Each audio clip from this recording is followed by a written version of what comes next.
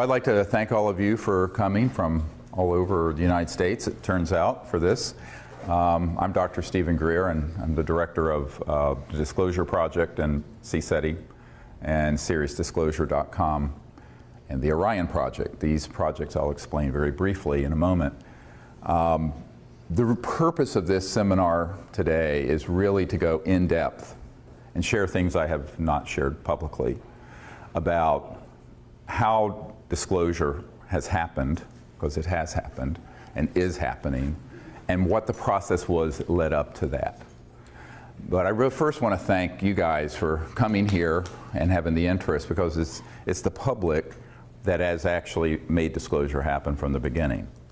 Although it was requested by some folks at the CIA, which we'll get into, it's the public that's really enabled it, including all the now 550 top secret military and corporate witnesses that have come forward. Now, I want to state that at this point, the numbers are continuing to grow. And most of those witnesses are people who've been in the intelligence community or Department of Defense, some branch of the armed forces, or corporations that deal with so-called unacknowledged special access projects, super secret projects that deal with UFOs. And only about a fifth of them have consented to be filmed and have their persons identified to the public.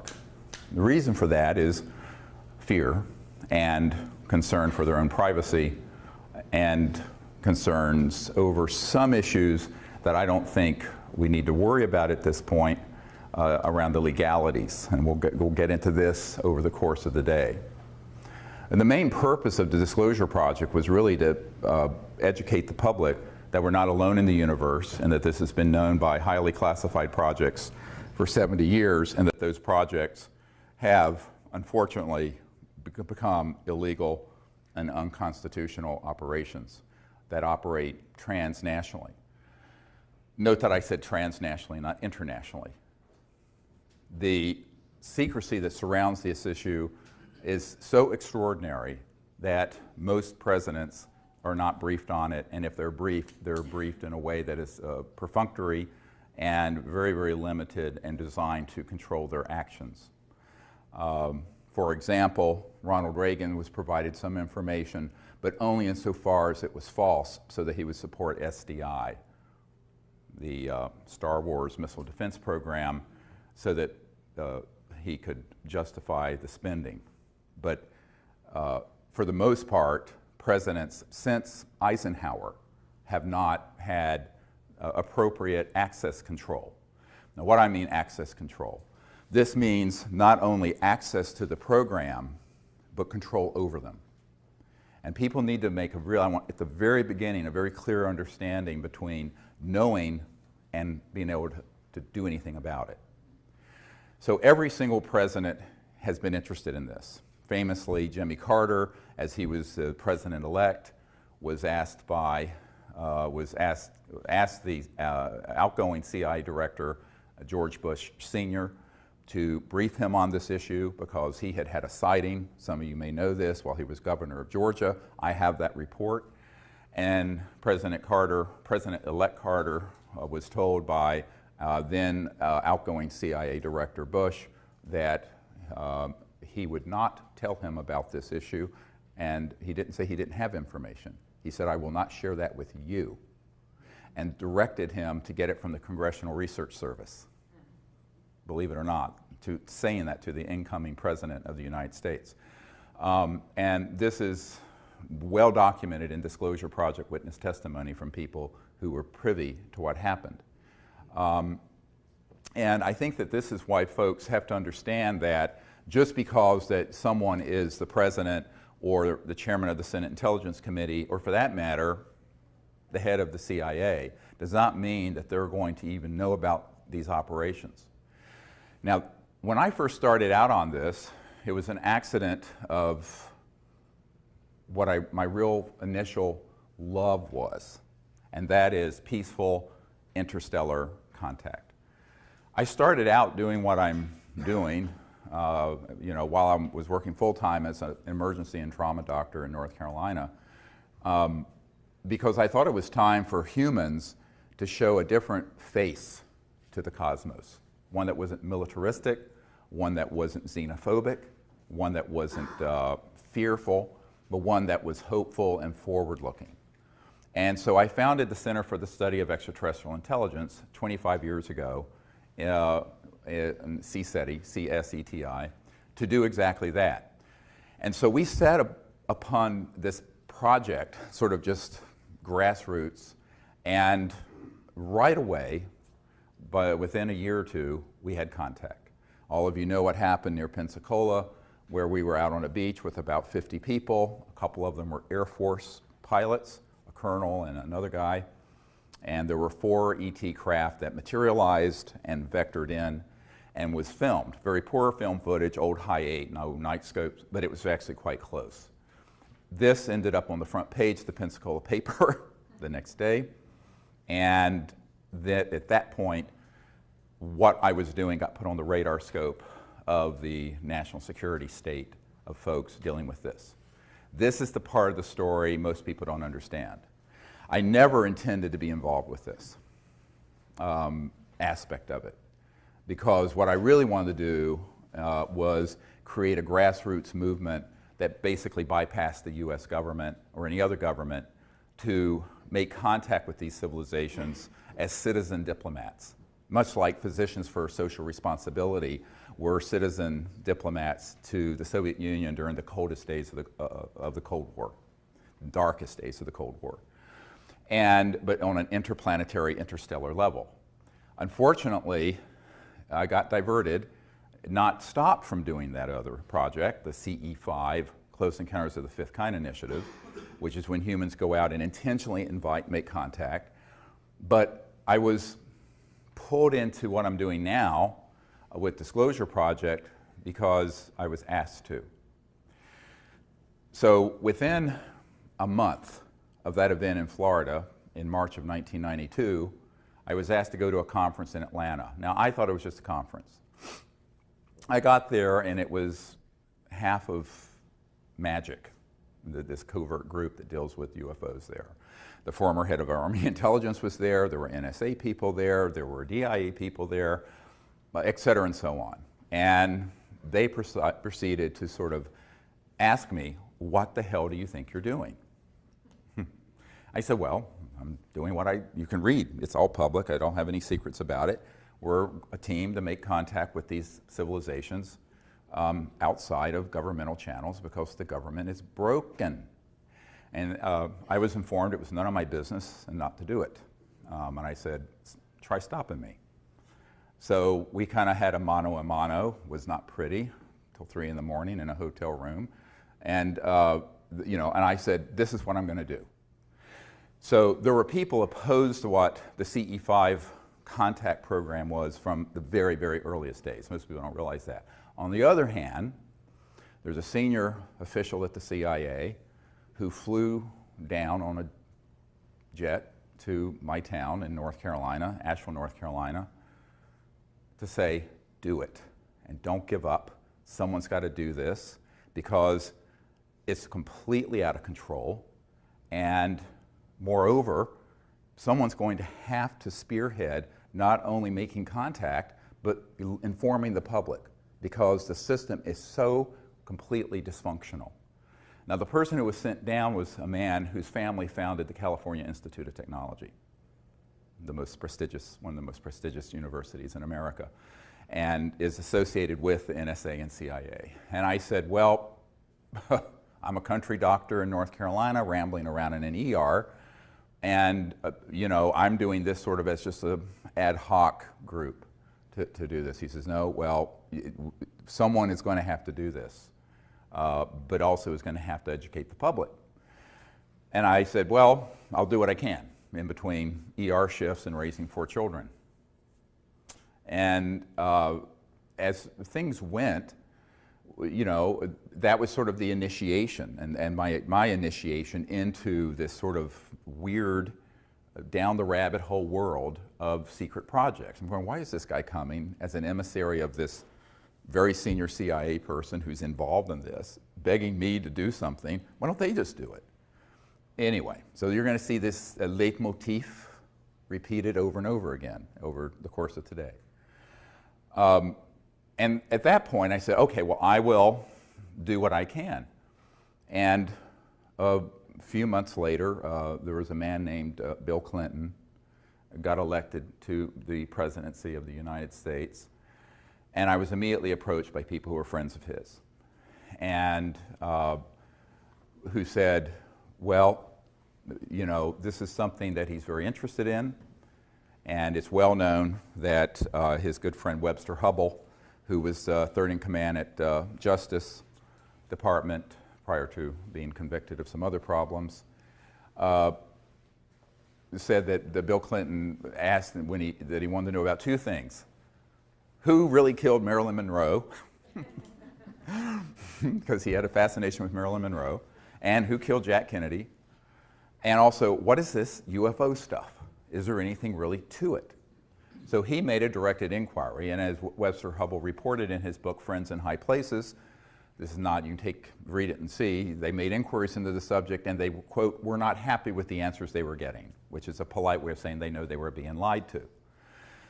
Well, at about that time, and a little bit before some of the Clinton folks approached me, some military people who were friendly to disclosure approached me, who had had experiences either on battleships or at strategic air command facilities where nuclear facilities are hosted, and said, you know, I'll do anything I can to help you. And one of these men was a naval commander who was very connected up in the Pentagon, and he showed up at my door, basically, at my home, and I thought initially he was a spook, a spy. And I said, well, this spook is probably here to disrupt my project. And turns out he was a totally stand-up guy who did everything he could to set up a number of the meetings you're going to hear about behind the scenes in deep background briefings that I did at the Pentagon subsequently.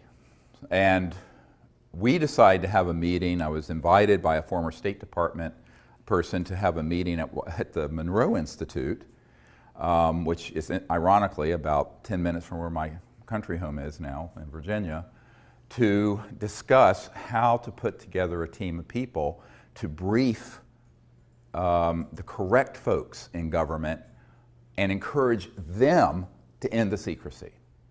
Now, you have to understand this is 1992, 93. 22 years ago, 21 years ago, I was in my 30s, a bit naive about how government worked. I actually thought we had a functional constitutional government. I have since learned we do not. That's all window dressing. That's all the Truman Show, like the movie The Truman Show, where it's all sort of a fake. And that there's a parallel governmental process that runs this and other important issues that are completely out of the reach of the people we elect and appoint. But at that time, so we had this meeting, and it was decided that we should contact certain key people in the U.S.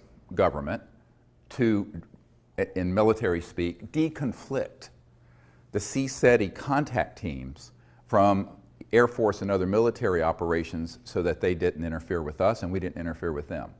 That was the purpose of it, was to deconflict that, because we didn't want interference from those guys with what we were doing, which we were getting a lot of interference. We were getting helicopters, jets, all kinds of stuff coming in to our contact sites, and we still do to this day, which have been filmed and documented. So unfortunately, we said this is something that is really critical if we're going to make contact and not have it become something where something terrible happens accidentally.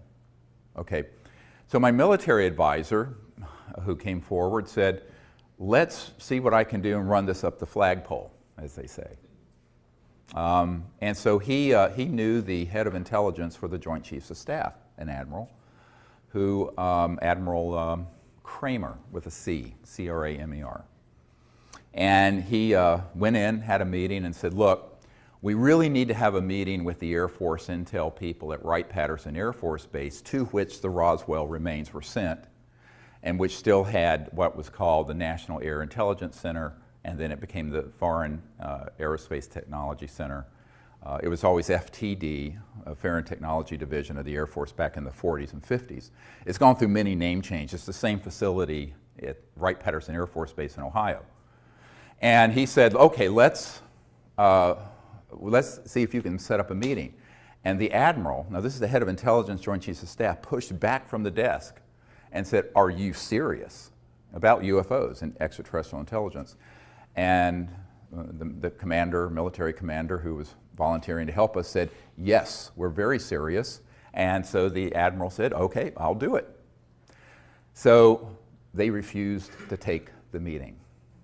Now, so what happened is that J2, what's called J2, head of intelligence joint staff, called the head of Air Force intelligence and said, you will make this meeting happen. And Dr. Greer will be received there because they have something to discuss with those folks. And that was now the fall, September 1993. Okay, so that meeting was set up. Now, in the meanwhile, some folks working with Boutros Boutros-Ghali, the UN Secretary General at the time, and Lawrence Rockefeller, who was the scion of the Rockefeller family, who was the philosopher king of the family. I mean, David Rockefeller was sort of the money guy with Chase Manhattan, which became J.P. Morgan Chase. And his nephew, Jay Rockefeller, was chairman of the Senate Intelligence Committee. And Nelson Rockefeller, who had passed away, who had been vice president, ironically, was his brother, who had set up the Rockefeller Commission of 1956 that completely reorganized the Department of Defense and the CIA so no U.S. president could contain or control or penetrate UFO projects. So the Rockefeller family up to their eyeballs in this. Lawrence knew that, but he was on the side of the angels. He wanted to sort of cleanse the karma, as it were, I believe, of that family and actually help. So a lot of people have, of course, attacked me for knowing a Rockefeller as proof that I'm sort of part of some cabal. I said, no, they contacted me because Lawrence knew that what we were doing was really novel and was effective because he had sent people, it turned out, to some of our events where we had contact, where we did the CE5 protocols and ET craft would appear and then disappear. He went, he took this information back to Lawrence and said, this is no joke.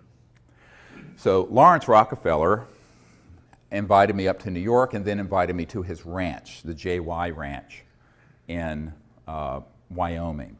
And as you know, that's where the Clintons, for the first couple years of their presidency, would vacation in August. But I was asked to go there in September of 1993 to basically share what he thought would just be the information about the CE5 initiative. Lawrence Rockefeller did not know about the initiative to brief senior governmental officials and encourage them to end the secrecy, which had started a few months prior to that at this meeting in Virginia at the Monroe Institute with a select number of folks that my military advisors had gathered together. That was July of '93. So he just thought it was going to be a discussion about the protocols of the CE5 initiative, remote viewing, making contact, interstellar diplomacy, all of these concepts. And so we decided that it was really time for us to go ahead and have some meetings like this with Lawrence. And I said, okay, I'll go because I have to go out. I'm on a trip anyway, taking time off from my medical work in the ER to go to Wright-Patterson Air Force Base, which also Lawrence knew nothing about. Lawrence Rockefeller knew nothing about. So here's what happened. I was going to go to the Rockefeller Ranch just as sort of a guest to share this, and during the course of a sort of a round table, and there were all kinds of people there.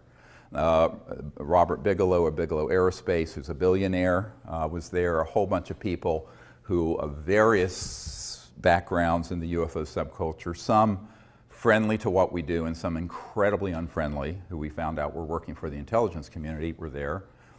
And there was this gathering at this famous Rockefeller Ranch in the Grand Tetons. So one day it came up what else I was working on. I said, well, we've initiated a project to brief senior government officials in the Clinton administration and the Pentagon and members of Congress so that we can terminate secrecy on this issue and get the government to change policy, because we understand that the incoming president is favorable to that idea, which was, of course, Bill Clinton. And as a result, you could have heard a pin drop in the room. Nobody knew at all. And the first thing Lawrence Rockefeller said, what, it was like this. What are you doing? I said, well, I'm going straight to Wright-Patterson Air Force Base after this meeting to brief the colonel over this Foreign Technology Division of the Air Force. And then I'm going to, in a couple months, brief President Clinton's CIA director. So at this point, Lawrence Rockefeller and everyone there were in a state of shock. Now, that initiated what has been incorrectly called the Rockefeller Initiative. There was no Rockefeller Initiative. Let me explain that in a moment. What it was an initiative because he found out what we were doing and his people said, you've got to get involved with this. So Lawrence wanted to play a behind-the-scenes role, and that's why he was willing to host the President and First Lady at the ranch to provide what we put together, which was called the best available evidence, which is the collection of best cases, best photos, best government documents we had that were extant at that time in 1993. So the President was invited out in the following summers, 2 summers, to the Rockefeller Ranch for that purpose. And the UN Secretary General in the meanwhile and his wife came to some meetings in what are called salons. A salon is when someone hosts a very nice meeting in a private home with dignitaries, and you have a guest, usually some surprise guest or some interesting character like me, to come in and inform the New York 100 about what's going on. So that's what I did, and they were incredibly successful. Subsequent to that, Mrs. Boutros-Ghali invited us to have a meeting at the UN so I could brief a lot of the diplomats and friends of hers in the UN who were supportive of ending secrecy and making peaceful interplanetary contact. And actually, Leah Ghali herself hosted that for me at the United Nations. I'm just trying to give you sort of a sense of what happened before May of 2001 with what's now very famous National Press Club event. So this was all going on with the idea that if we were to provide the correct information to the President and to his advisors and to members of Congress, the key people in Congress, they would do the right thing and would disclose this information because the Cold War had ended, and we thought, here's a fig leaf to put on the secrecy, even though it's a bit of a misdirect. But politicians always need to have a cover, a CYA. Washington's all about cover your ass. So to explain 40 years of secrecy, they could have said, well, during the Cold War tensions, we didn't want to throw into that mix the fact that we're being visited by interstellar civilizations, and with also a program to study what their technologies are. And now that the Cold War is over, we can come clean. So I was recommending that they use that as an excuse for the chicanery that had gone on between 1956 and 1990s, 40 years. Well, it was an interesting thing that happened. In the fall of 1993, I was given a lecture at the Colorado State University, hosted by astronaut Brian O'Leary and Maury Albertson, who was one of the co-founders of the Peace Corps. And they became very, very close friends and supporters of what we were doing. And in that presentation, I laid out the entire sort of manifesto of justifying disclosure, ending secrecy, and what we should do. And at the end of that talk, and I don't know, there were maybe 800 people there, 1,000, something like that. There was a man, a little bald man, standing at the back of the room. And he wouldn't leave, and he waited till almost everyone was gone. He came up to me and he said, Dr. Greer, I think I can help you with this. I know some folks in Washington who want to know about this, but they're not getting any good answers. I said, well, like who? And I thought he was going to say, you know, staffers for Congressman blah blah from Nowhereville, Montana. And he said, well, I'm very good friends with the Director of Central Intelligence, the CIA Director, and he would like to be briefed on this. And of course I said, well, that's a good start. So initially that meeting was set up for November of 1993, and it got pushed back because of scheduling conflicts that he had and I had to December 13th, 1993. My wife, Emily, was there with me. And the cover story was a dinner party just here in Arlington at this man's home, and with his CI director and with his, the CI director's wife, Dr. Sue Woolsey, who was the chief operating officer of the National Academy of Sciences. So, which is very good because I feel we can get two birds with one stone here because she's a very senior scientist in a very prestigious institution. So again, we got a nanny for the kids, flew up to Washington, had this meeting. Now, normally when you meet with someone at cabinet level, it's a, very tight, maybe 20 minutes, 15, 30. This went on for about 3 hours. And the initial part of it, I had this whole briefcase and portfolio full of all these images of photographs and documents and cases and all this stuff. And after about 10 minutes, the CI director said, okay, I know this. We know that they exist, and it turns out he and his wife had a sighting in New Hampshire when they were younger. I want to know, and this is the key question to answer, why won't they tell me and the president about it? I'm the CIA director.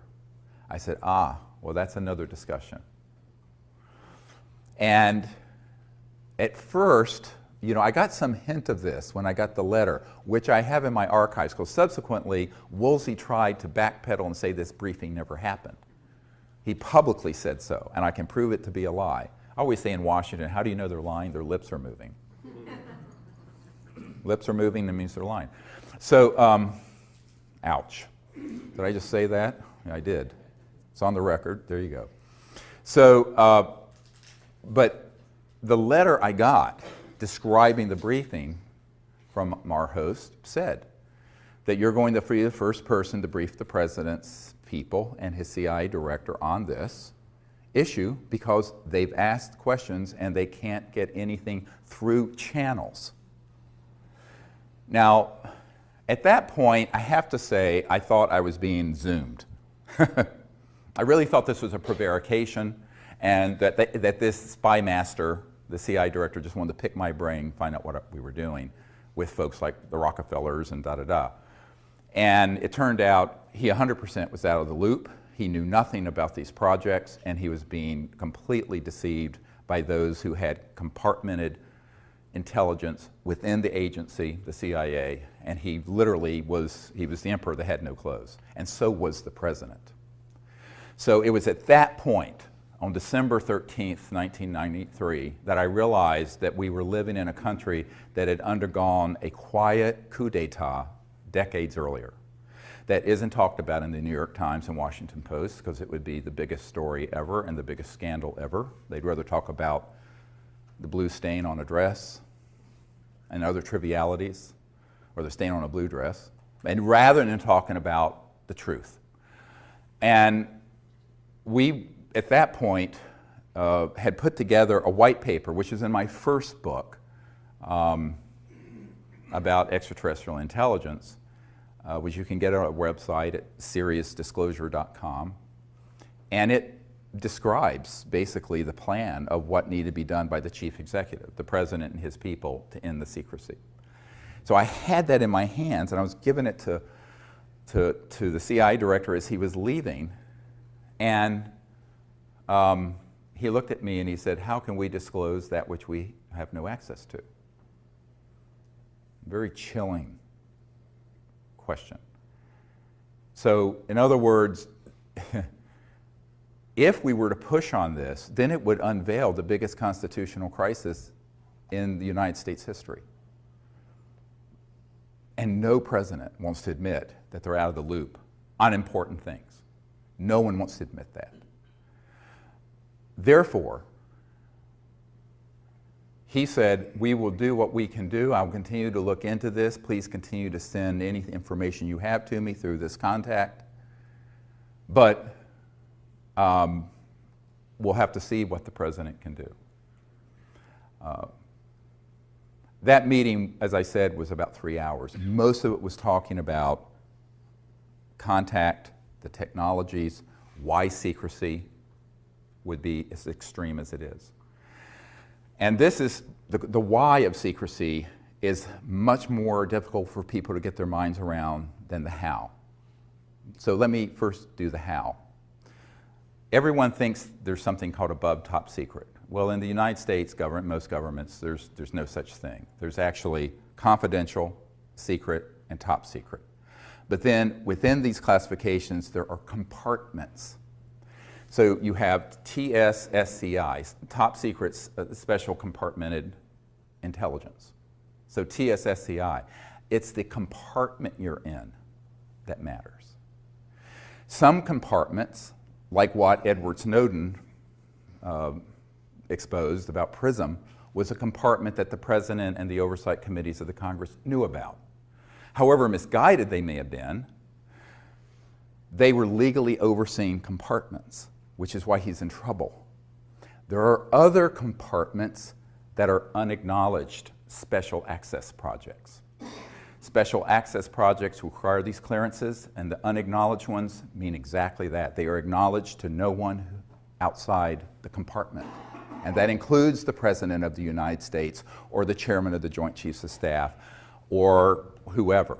So one of the big mistakes that people make is conflating people's position in the military, the CIA, Congress, the presidency, the White House, the National Security Council, the whole alphabet soup of government agencies with access, all access, just because they have a top secret clearance, to every compartment. And I know men who are in one compartment and or in one section, and they have a friend that's in another compartment, and they both have top secret clearances, very high compartments, and they do not know what each other's working on. They may be best friends and they won't know. And that is how it works. But the unacknowledged special access projects mean that they're not acknowledged. And this is what Rumsfeld meant the day before 9/11. If you look at the film Sirius, when he said there's $2.3 trillion unaccounted for in the Department of Defense budget over the last few years. Not billion, trillion. Now it's at least 5 trillion.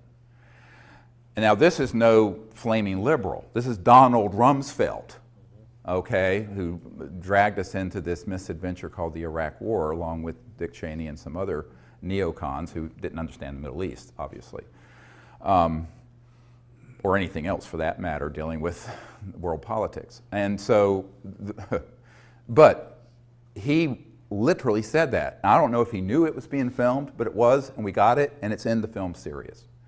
So what does that mean? $2.3 trillion unaccounted for.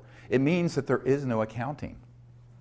I know an auditor who audits my uncle's old company, was Northrop Grumman, which does a lot of top secret work on certain kinds of aircraft, just like Lockheed Martin has certain contracts dealing with anti-gravity propulsion craft.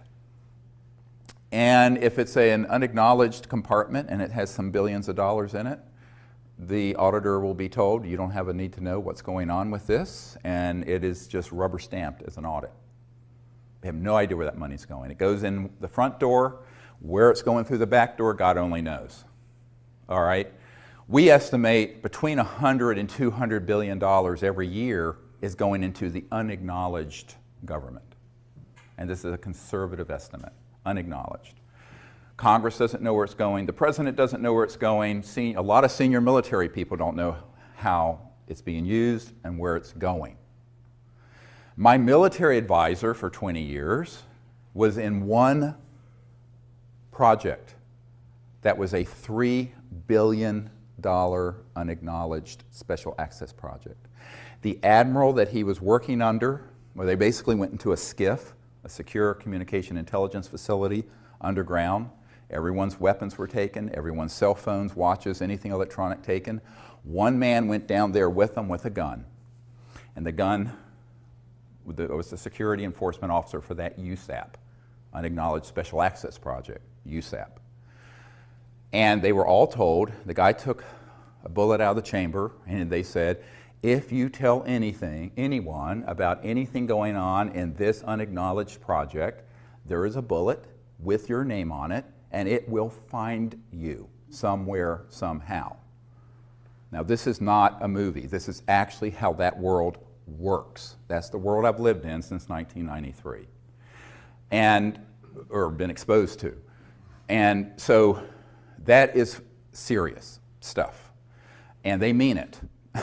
and so my military advisor said, oh, absolutely, this is no John le Carre novel or John Grisham story. This is really how the unacknowledged super black world operates. Now, of all the projects that are unacknowledged, black bag operations of all kinds, special operations of all kinds, the blackest and the most unacknowledged are ones dealing with UFOs and extraterrestrial intelligence, by far. And so that's why when you read the document from early 1950s from Canada, the Wilbur Smith document, where he says, after talking to someone in the United States government, this is a Canadian top secret document that got declassified accidentally, it's on our website, and he says this subject is the most secret subject in the United States and exceeds the secrecy surrounding the development of the hydrogen bomb. At that point, we hadn't detonated a hydrogen bomb. Imagine something more secret than the ultimate doomsday weapon. Not an atomic bomb, a thermonuclear hydrogen bomb, which is what we were working on in '51. So the thing I point out to folks is that these sort of operations have gotten so out of control that that's why Eisenhower said, beware the military-industrial complex when he left office in 1961, just before Jack Kennedy took office. And Eisenhower, on his watch, and he was bitter about this to the very end, Jackie Gleason, a famous comedian, his wife told our team that Jackie Gleason and Eisenhower were good friends, that Gleason was bitter about this and heartbroken about this to the day he died, that he had lost control over these UFO projects. And that happened between 1956 and 1961. Now, why did this extreme, so this gives you an idea of how unacknowledged special access projects work. They're hermetically sealed silos, and no one outside that compartment, that matter your position in government, doesn't matter your clearance, will know what you're doing in it. So wrap your mind around that. That is how these projects are managed. And we're talking an almost limited amount of money they can use and access to enforce this and run those projects. Is it legal? No. Is it dangerous? Yes. Because it is, by definition, completely without oversight of the people, the people's representatives, or the president, or for that matter, the senior folks at the Pentagon. I'll get to this in a moment. So at this point, I'm reeling. I'm just sort of like, I'm absorbing all this. Look, I'm a country doctor in North Carolina, rambling around in an ER, taking care of shootings and stabbings and car wrecks and burns and what have you. And this bag of crap gets handed off to me. And I think, well, you know, this is way past my pay grade. I'm just... And in January or early February 1994, a friend of the president's comes to our home, a man that I had met some time earlier. And name is Kevin Foley. This is years enough gone, I'll go share his name. And his brother would stay overnight at the White House a lot and have breakfast with the president. He was a big fundraiser for President Clinton from Minnesota. Foley family, very well-known political family. And I'd gone up there and met with his family and what have you. And he came back to my home and he said, well, we were having dinner around the table and we in this house and we had in North Carolina. And he turns to me and he says, well, the president and his folks really are very supportive of what you're recommending in this white paper, this set of recommendations I'd given the CIA director. But they're concerned that if he does this, he'll end up like Jack Kennedy. And I start laughing. I think, well, I think he's joking. I mean, this is ridiculous. And he stops me. And because he was sort of a big, kind of heavy-set, jolly, sort of gregarious political operative, you know, and I just thought he was making a joke. Like if I tell you I have to kill you sort of cliche. And he stopped me and he says, no, they're not kidding. I said, well, Kevin, don't talk about this in front of the children. The children were small then. And I said, we need to you know, talk in the library after dinner about this. So we went to the library after dinner to talk about this issue. And I was very, very concerned that this could even be on the radar of anyone at the White House. And he says, yes, absolutely. The president is convinced, and his people are convinced, that if he were to push on this issue, that he would be subject to TWEEP, a termination with extreme prejudice. TWEP, TWEEP. And I said, well, then what do you want me to do? I mean, look, I mean, it's not like I've got a Secret Service detail. And he said, well, no, they think you can do this. You should go ahead and try to bring this stuff together and bring it. I said, oh, yes. I said, I'm expendable. He says, yes. I said, it doesn't matter if I get killed. You can't risk the president. He said, that's right. You are expendable. So from then, I always call myself the throwaway guy. Doesn't matter if I get killed, you know, because I'm nobody, and I remain nobody. So, and I want to be a nobody in terms of politics and conventional power. So I'm very happy to be a nobody. So what, I use that term in the sense of how Washington thinks, the currency of power. And I said, well, I'll do what I can, but you know, this is a very steep climb. So by 1994, and it was later confirmed to us later in 94 and 95, that when Rockefeller hosted the Clintons, and there's that famous picture of Hillary Clinton holding the book about extraterrestrial intelligence at the Rockefeller Ranch when they were visiting out there. Mm-hmm. You know, yeah. Okay, so she actually is the one who stood up and stopped the briefing and said it's too dangerous. We're not going to pursue this. And ultimately, politicians are going to put their finger in the air and they're going to see which way the winds are blowing and see what they can benefit from. They saw this as a lose-lose situation.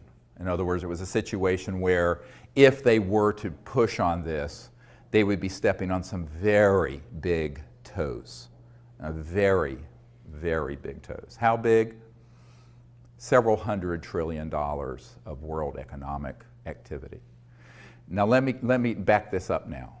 So the how is hard for some people to wrap their mind around when it comes to this kind of secrecy, but the why is the pièce de résistance. Because if you look at what these projects that are unacknowledged special access projects are doing, what they really have been doing has been trying to acquire, as this top secret Canadian document, the Wilbur Smith document in 1951 states, the modus operandi, the mechanism of action of these extraterrestrial vehicles, meaning the technology, the science and technology. Because if you're interstellar, you're not using Exxon Jet A fuel. You're not using a rocket like SpaceX and Virgin Galactic is using. You're not using something like the space shuttle. You're using some technologies that are the trans-dimensional end of physics, very high energy electromagnetic field propulsion systems that allow you to drop out of 3D space and appear at another point in space by going through other dimensions. Okay? Now, you can do that without going trans-dimensional by just creating energy from the so-called zero-point field and creating an anti-gravity effect, so you have lifters so that you can go 100,000 miles per hour, make a right-hand turn with no deceleration effect because you've created a bubble in space-time that corrects for one gravity. That's what a lot of the, quote, UFOs are that people see being test flown out near Nellis and the Dugway Proving Grounds in Utah, and et cetera and so on. We mastered gravity control October 1954. I was not a twinkle in my father's eye. Most of you weren't born at that point. I wasn't. And that is when we mastered gravity control. How do I know this? The third highest ranking official at the Naval Research Labs, the largest defense lab for the Department of Defense here in Washington, has been a friend for years, and he was in the vault and saw the documentation for this, unredacted, because it's all the original documents, and that was the date. So we have not needed jet engines, rockets, oil, gas, public utilities, surface roads, think about this, steamships, internal combustion engines of any sort for at least 60 years. And if you really go back to the earlier part of the century, we're just plain free energy from Tesla type things, 100 years. But you're stepping on a stockpile of money and commodities and mineral wealth being traded, oil, coal, other uranium, that's worth, in the aggregate, several $100 trillion. The U.S. federal budget is $3 or $4 trillion. And if you take out entitlements and things that are mandatory, it's a fraction of that. So it's the tail is wagging the dog here. So the financial interest, the petrodollar interest, the big commodity trading firms like Goldman Sachs, and the big money folks, that's where the action is. And those are the masters, not the president, not the Congress, not the UN Secretary General, certainly, not the Prime Minister of England, etc. So let's just like pull the mask off and just admit that we're living in a period of petro-oligarchs, kleptocrats, klepto meaning theft, like a kleptomaniac, kleptocrats, and that this sort of myth of free markets and a free society and an open and free democracy is just a myth. Because our democracy was hijacked decades ago. Now, on trivial issues like the marginal tax rate or whether you're going to raise or lower payments for Social Security, the President and Congress can fight about that, and it's sort of this show going on, a whirling dervish show of nonsense that goes on. On these issues, they don't want those clowns, is how they view it, dealing with it. So this permanent, unacknowledged covert program has put a lead ceiling in. And only rarely does anything bubble up from there, or down, I should say, to the body politic out of these unacknowledged special access projects. So it became my task to find out how to do that and live to see the next day, all right? Because it doesn't do me any good if I do it recklessly and I'm dead. You can't do anything if you're dead. Well, you can, but it's different. So you're doing other things. So this became really the central issue. And Lawrence Rockefeller, I suggested, look, we need to then, if the president will not do this, we need to get together a group of people, put together this best available evidence, and also assemble top secret folks who will have the courage to provide credible documentation, testimony about what they've known. So I suggested and organized a meeting at a Asilomar facility near Monterey, California, in June of 1995. Edgar Mitchell was there with me, Marina Popovich, who was a very renowned cosmonaut in the Soviet Union. Some KGB officers were there, and some of the early Disclosure Project witnesses were there. Now this is 95, this is 20 years ago. And Lawrence paid for it, and Lawrence Rockefeller said, look, you know, I will totally support doing this. And when I was with him at the ranch, I said, well, why don't you take a public leadership in this? I was talking to him out on his deck with the beautiful Remington Native American sculpture that's, you know, the Native American on horseback, you know, the very famous. Of course, they have the original of everything. And I said, I need your help. He says, oh no, it's too dangerous for me. He says, there are members of my family already jumping up and down on my feet that I'm doing this much. And I knew he was talking about who he was talking about, the money people in his family. He was the philanthropic guy who just wanted to give away his wealth before he died. That was his whole purpose. Really sweet man. And so I said, well, okay, you know, I told him, you're old, you're rich, and you're a Rockefeller. I'm a nobody. I'm a North Carolina doctor who's trying to do this with no resources. He says, I'll be behind the scenes. And he took his old hands and did this, and he said, it's like a flock of geese. You know, we're all flying together. I'll be back here, and you need to be here. I said, well, yeah, but that head goose gets all the head. They take turns. He said, no, you be up here. It was very comical. I said, oy vey, this is like, I said, okay, that's what we'll do then. And he wanted to just stay behind the scenes, but he provided that support, hosted the Clintons. So we had something called Project Starlight that formed before the briefing of the CIA director. That was the code name for what became the Disclosure Project that all of you know about. And Project Starlight, with the AP, the Associated Press, sued the Clinton Library and got those documents. Those documents are in my first book. And at Asilomar, we had all these dignitaries, including Kevin Foley and astronaut Edgar Mitchell and Marina Popovich, and all these folks sign a letter to the President of the United States recommending ending the secrecy. It's in my first book. Buy it, get it, see it, read it. And that, however, was the Associated Press a couple years ago sued the Clinton Library and got those documents, and they put them out on the internet. Now, at this point, we knew by 95, the President, with all the cajoling we could do, with all the work Lawrence was doing behind the scene, hosting Bill and Hillary at the JY Ranch for their vacations. A very good friend of the President's, I don't want to name her, but used to live at the White House and very good friends with Hillary, you know, said that Hillary did not want to deal with this at all, but Bill was so interested in that, you know, he would pull out the best available evidence briefing packet that we put together, and we'd be sitting in the private quarters of the White House going through it. And she's this hilarious woman who did a perfect imitation of Bill Clinton. And he said one time they put it out on the floor and she was sitting there with him. And he was going through it going, well, I know all this is true, but they won't tell me a thing, not a goddamn thing.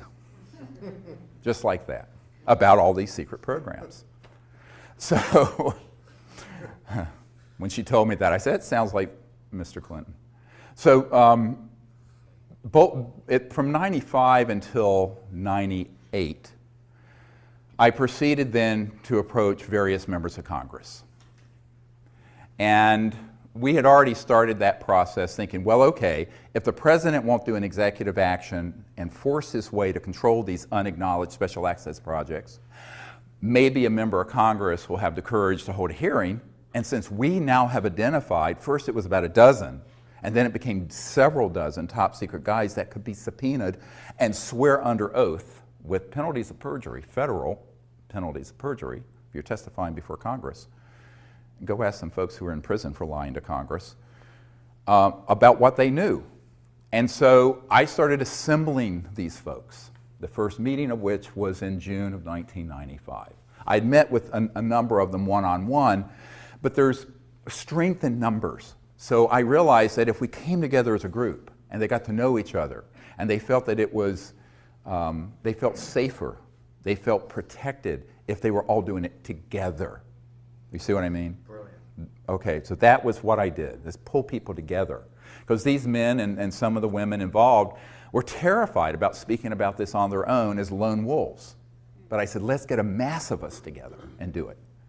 So that first gathering was very historic because it was sort of presaged what we did in 2001. Now at that point, you know, I decided, look, we are going to have to be very careful with this. So I wanted to be sure that not only did the president have no access, which is in itself proof of the illegality of these unacknowledged special access projects, but that the appropriate oversight committees of the Congress of the United States didn't, as well as key people at the Pentagon. So I proceeded then to do a series of briefings. And in 1997, here in Georgetown at the Westin Hotel, we gathered together, I think about 25 of these top secret guys in a closed meeting, not open to the public, to invite members of Congress, members of the administration, and people from the Pentagon to hear what they knew. And it was a very well organized private event. No media was there and the public didn't know about it, except in a very limited way. And the idea was that we wanted to get a member of Congress, and like Congressman Dan Burton, who is chairman of the House Government Oversight Committee, Reform and Oversight Committee, that issued 1,000 subpoenas to impeach Clinton about the stain on the blue dress, was there. And he was interested because one of his closest friends, who kept his appointment schedule, had had a UFO come outside her window in Indiana some years ago and told him about it. So he knew the UFOs were real. And he turned to us and he says, I want everything you have, everything you have. And then someone got to him and he didn't hold the hearings. But there were many members of Congress and other people. There were people from the Vice President Al Gore's office there. There were people from the White House. There were people from the Pentagon. The day after that event, I went straight to the Pentagon and did a briefing, what's called a stand-up briefing for J2, the head of intelligence for Joint Chiefs, a different one from the one who forced the meeting at Wright-Patterson Air Force Base. And this Admiral Tom Wilson hosted us at the Pentagon in the E-ring, you know, where all the admirals and generals are, the outer ring, because they get the views. So the inner ring can't see anything.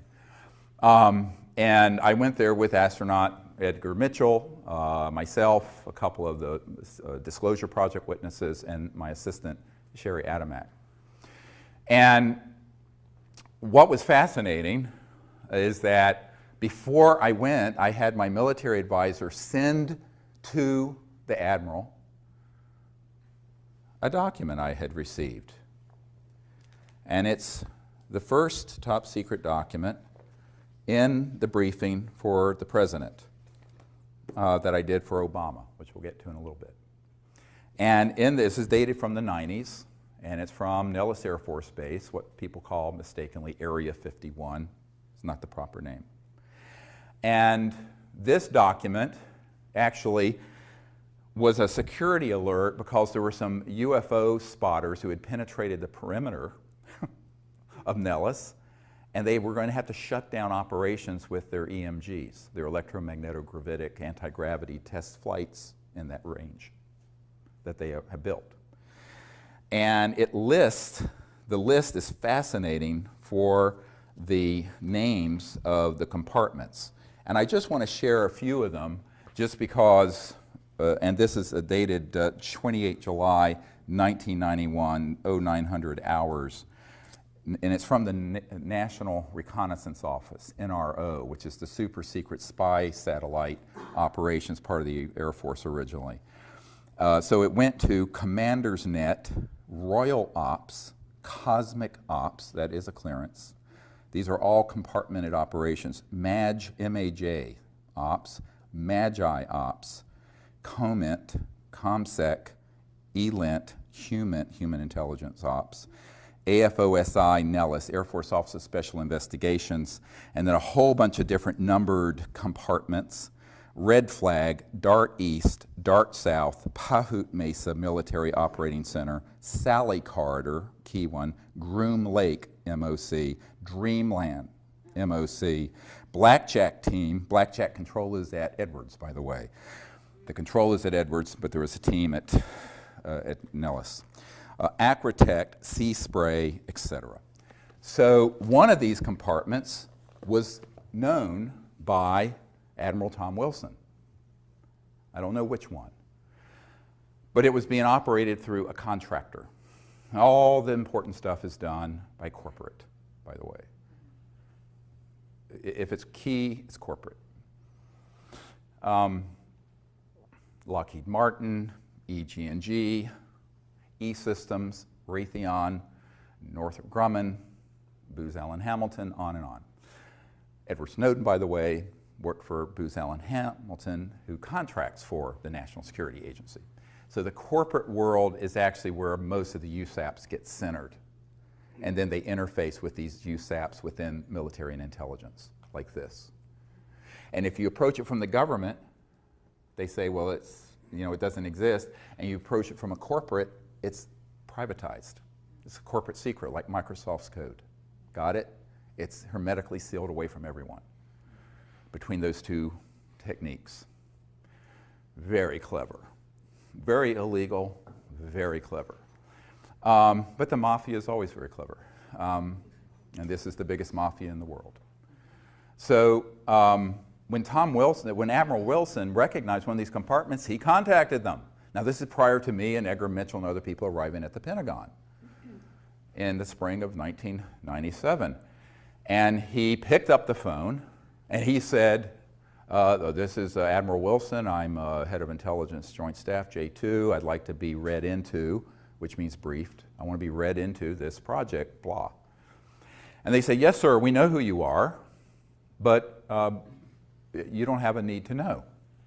And he said, God damn it, I'm the head of intelligence for the Joint Chiefs of Staff. How can I not have a need to know?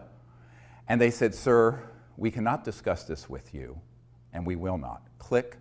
Hung up on him, blocked his line, would not receive any further calls from. This is an admiral in charge of intelligence assessments and putting intelligence together for the Joint Chiefs of Staff of the Pentagon of the United States.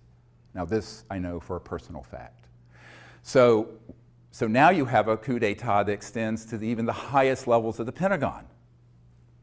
So by the time I walked through the door to do what was supposed to be a 45-minute stand-up briefing for the admiral and his staff, he was so scared and so mad, he was scared.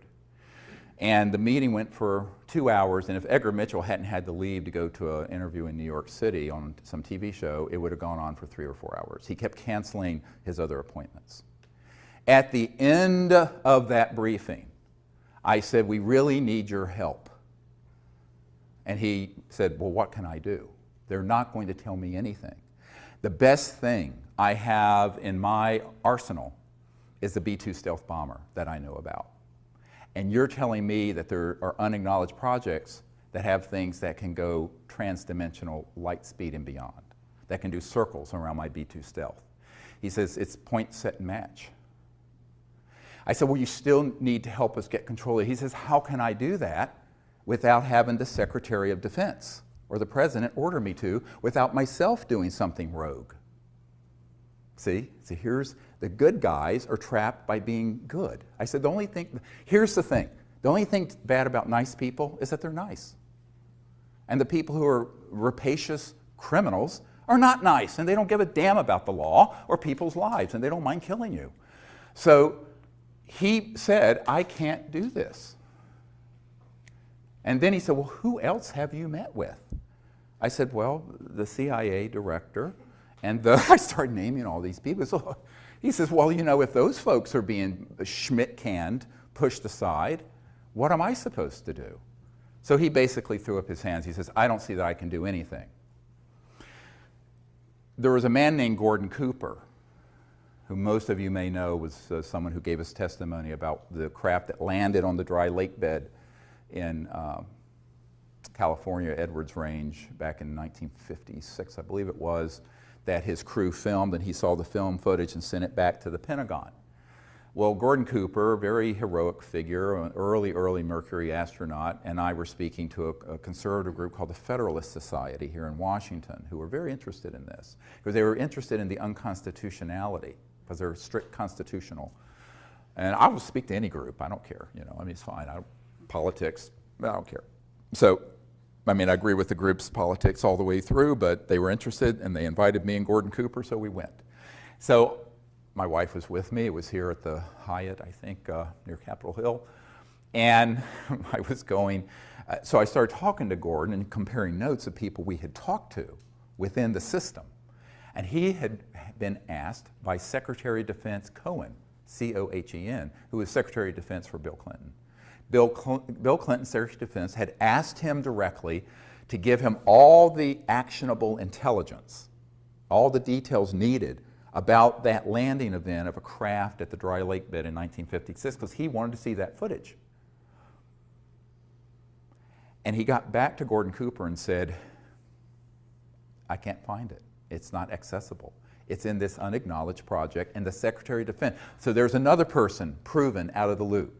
So I started making a list of all the people who had been denied access, who by all rights absolutely must know if it's a legal program. Secretary of Defense, President of the United States, CIA Director, on and on and on. Then I end up, a couple years after this, getting invited to brief the head of the Defense Intelligence Agency, General Patrick Hughes. Now, General Patrick Hughes was a man, you'd often see him with Madeleine Albright and Bill Clinton and other people. He was the head of the Defense Intelligence Agency, which is like the CIA for the Pentagon. It's almost as large. And it's their in-house intelligence shop, whereas, you know, the CIA is a civilian agency, but this is a military intelligence. But the Defense Intelligence Agency is sort of sits on top of all military intelligence. And he was the director. So, and he's a 3-star general. So I get invited to brief General Patrick Hughes at the Pentagon. So I think, well, let's see what he knows. Of course, he wanted to know what I knew. So again, I sent him a full dossier and briefing prior to arriving so he'd be adequately brought up to speed. We had a meeting scheduled. I go to the Pentagon, full military escorts in, like you always have in these areas. And I go in, and we start talking about this. And he says, well, I find this amazingly interesting. He says, but in all my years in the military, I have never been told anything about it. Nothing. And I said, well, it doesn't surprise me. There are other people in your position. He says, he got up and he went over to a bookshelf. And on it was a little, like you'd get at a toy store, a little E.T. doll, like about this big. And he grabbed it and he says, this is all I've gotten for my inquiries about this issue through channels. In other words, someone gave it to him as a gag gift.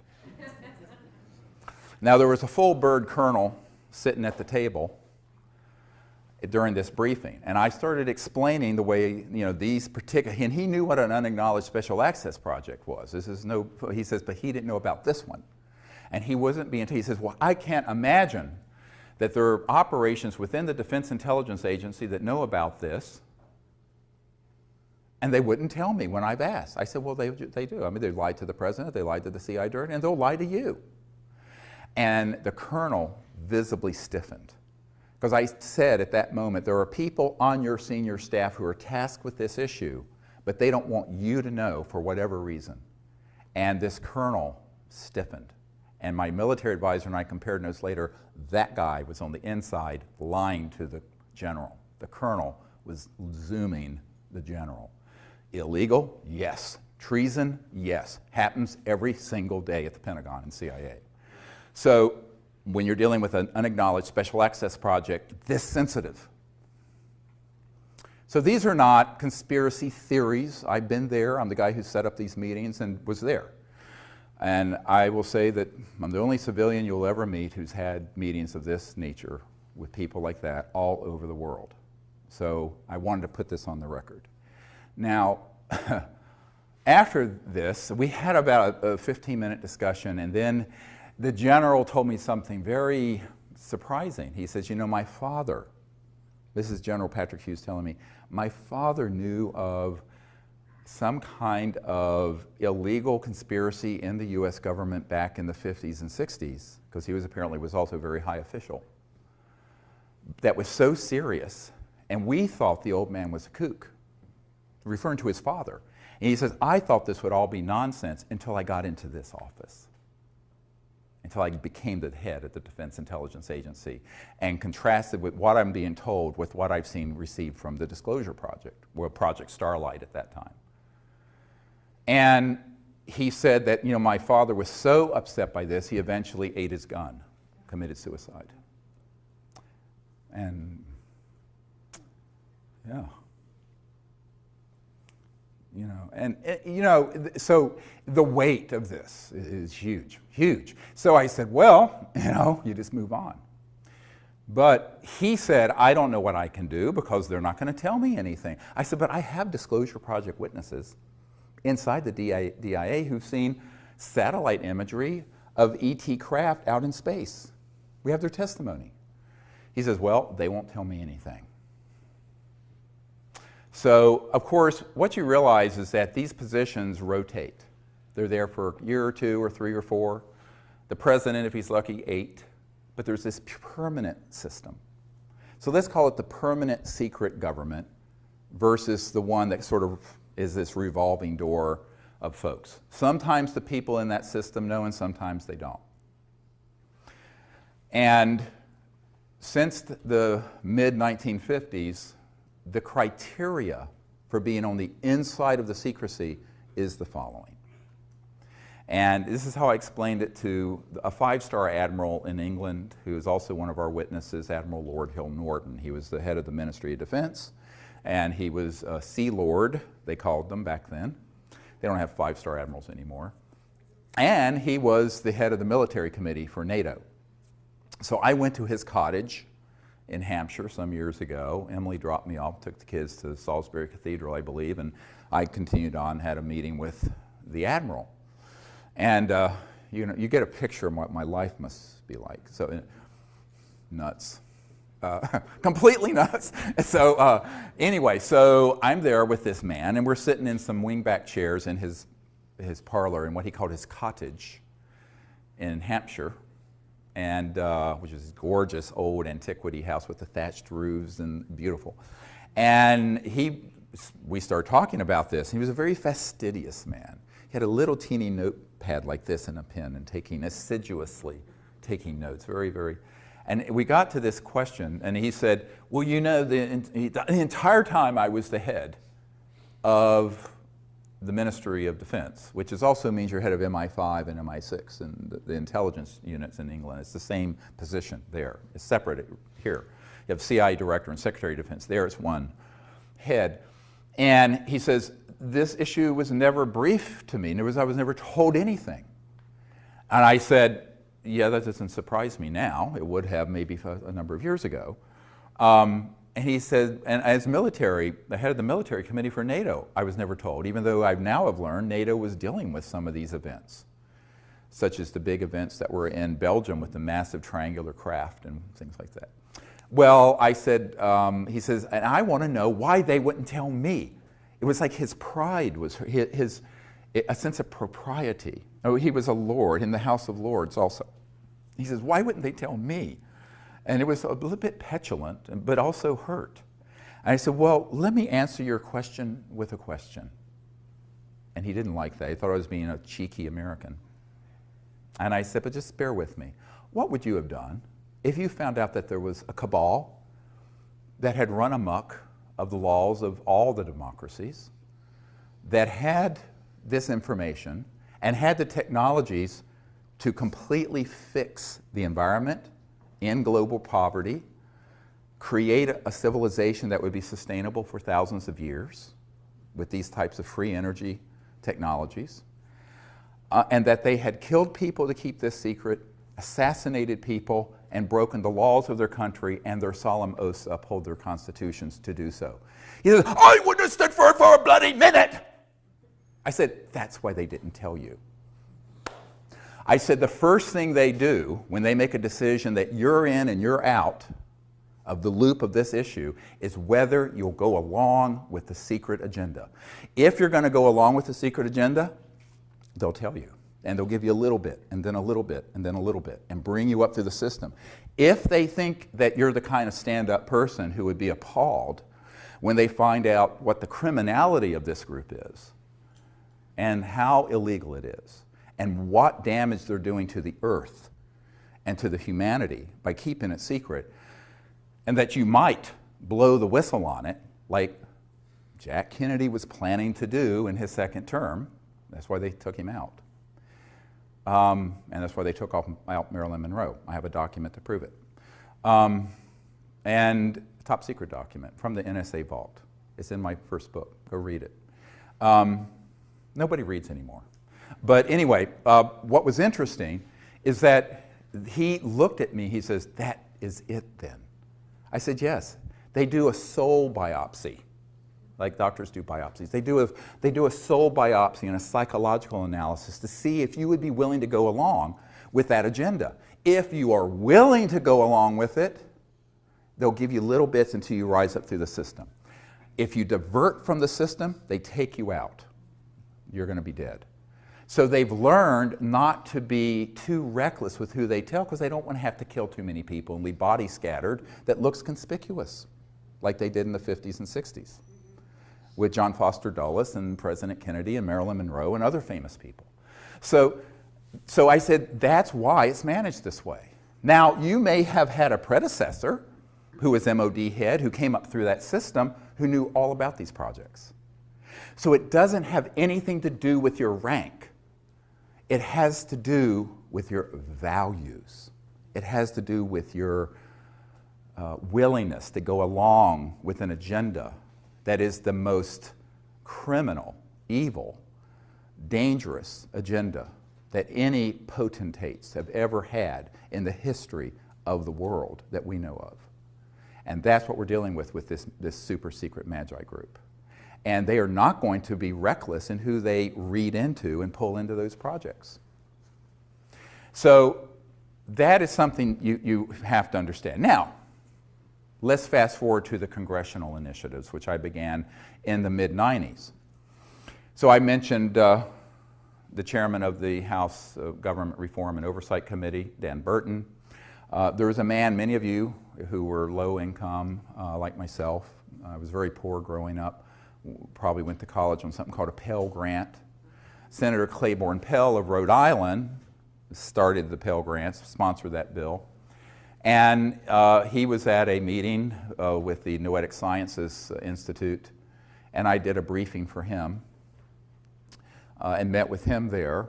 And it was very interesting because he was chairman of the Senate Foreign Relations Committee. Very key committee, foreign relations. And he said, you know, I've wondered about this my entire career. We've made inquiries. We've never been given any information through channels. And he said, would you come to Washington and do a briefing for my staff? I said, well, sure, anytime I can come up. I was still living in North Carolina then. And he said, oh, wonderful. And then I looked at him and I said, you know, Senator, the problem with all this is that you're a good man who should be representing humanity to these visitors from interstellar civilizations.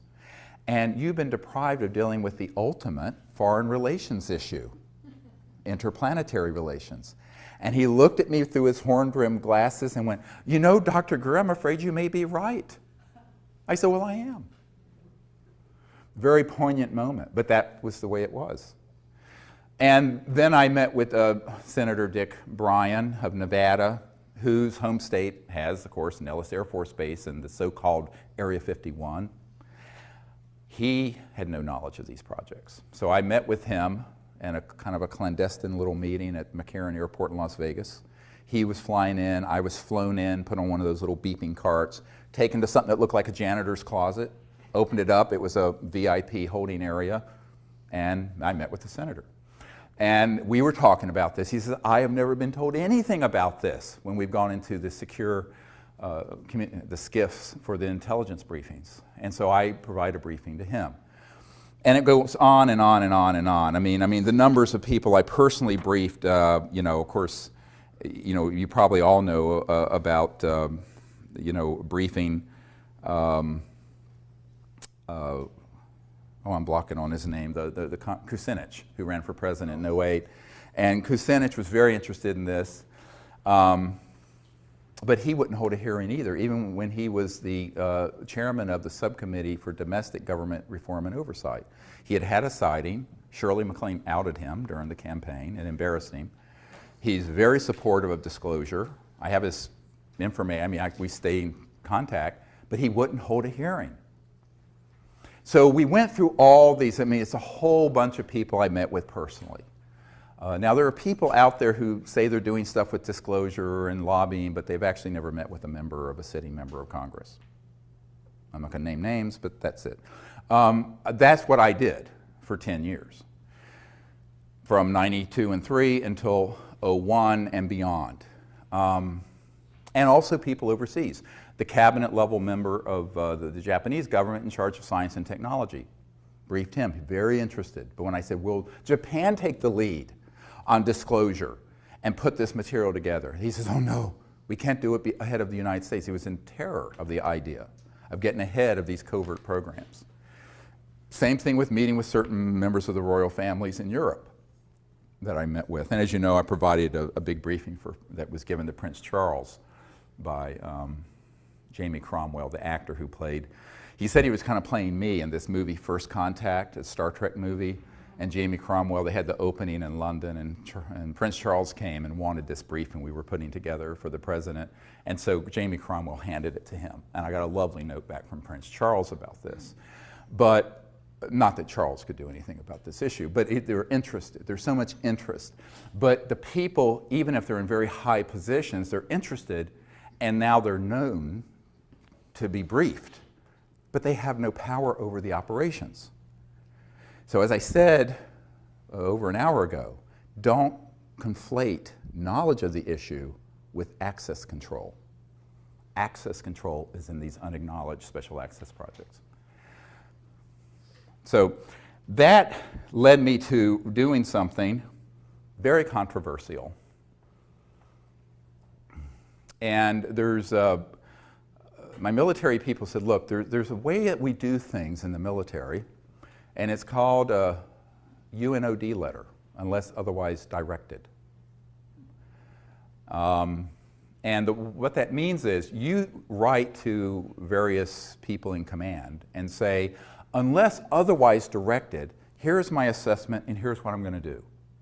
So they said to legally cover yourself, you need to do a UNOD letter and send it to the head of the Justice Department, the President, the Pentagon, the CIA, the FBI, the whole alphabet soup, the NSA, and we send it return receipt requested so you can prove it was received. And I did that. And that's also in the first book, Extraterrestrial Contact, the Evidence and Implications. And it said, it basically said, you can read it, it's up on our website, here is our assessment. These projects are being run illegally. They are unacknowledged special access projects that have been unconstitutional since the 50s. The President and other key figures we know have been lied to, as have the oversight committees of the Congress. Similar crisis exists in the United Kingdom and other countries where I have had briefings. Therefore, it is our assessment that the National Security Act and secrecy laws that are attached to oaths of secrecy are null and void, and that any man or woman who has knowledge in any document, material, or evidence attached to the UFO and extraterrestrial issue can be provided and disclosed publicly without penalty of law. This is our assessment, and unless otherwise directed, beginning as soon as we can organize it, we will proceed with disclosing this testimony and these documents. This was what we used to legally cover all 110 top secret military witnesses that came forward. It had to be done. And the reason I couldn't have done that between 93 and 98, I had to go through this torture chamber of finding out that in fact, and proving not only to myself, for posterity and in my records, that the key people who should know about this do not. And therefore, the programs are illegal. And therefore, if the programs are themselves illegal, they can't cite the law. It's basic constitutional law. If you're operating, if you're a mafia, let's say that a mafia guy's running an illegal project and you enter into a contract with him. That contract is vitiated, nullified, is completely zeroed out because the underlying operation is illegal. So all these men and women who have been at Lockheed Martin Skunk Works, who have been with the CIA, the DIA, the Pentagon, who have worked on these projects, we basically exonerated them from any legal penalties for disclosing information about these projects because we were able to prove they were being run unconstitutionally. And therefore, the National Security Act could not be applied. Does everyone understand what I'm just describing? That was the basis for the disclosure project of May 2001. And we had to do that because I talked to Danny Sheehan, who is a constitutional attorney who did the Silkwood case, represented the New York Times, the Pentagon Papers, and he was helping me pro bono on this. I ran this idea by him. So I had my military guys advise me on the UNOD letter, the unless otherwise directed letter, but then I talked to some legal constitutional experts and say, is this a sound legal assessment? Because I'm just a doctor. I know anything about this stuff. And he said, absolutely. If these projects are being run illegally, they cannot then have it both ways.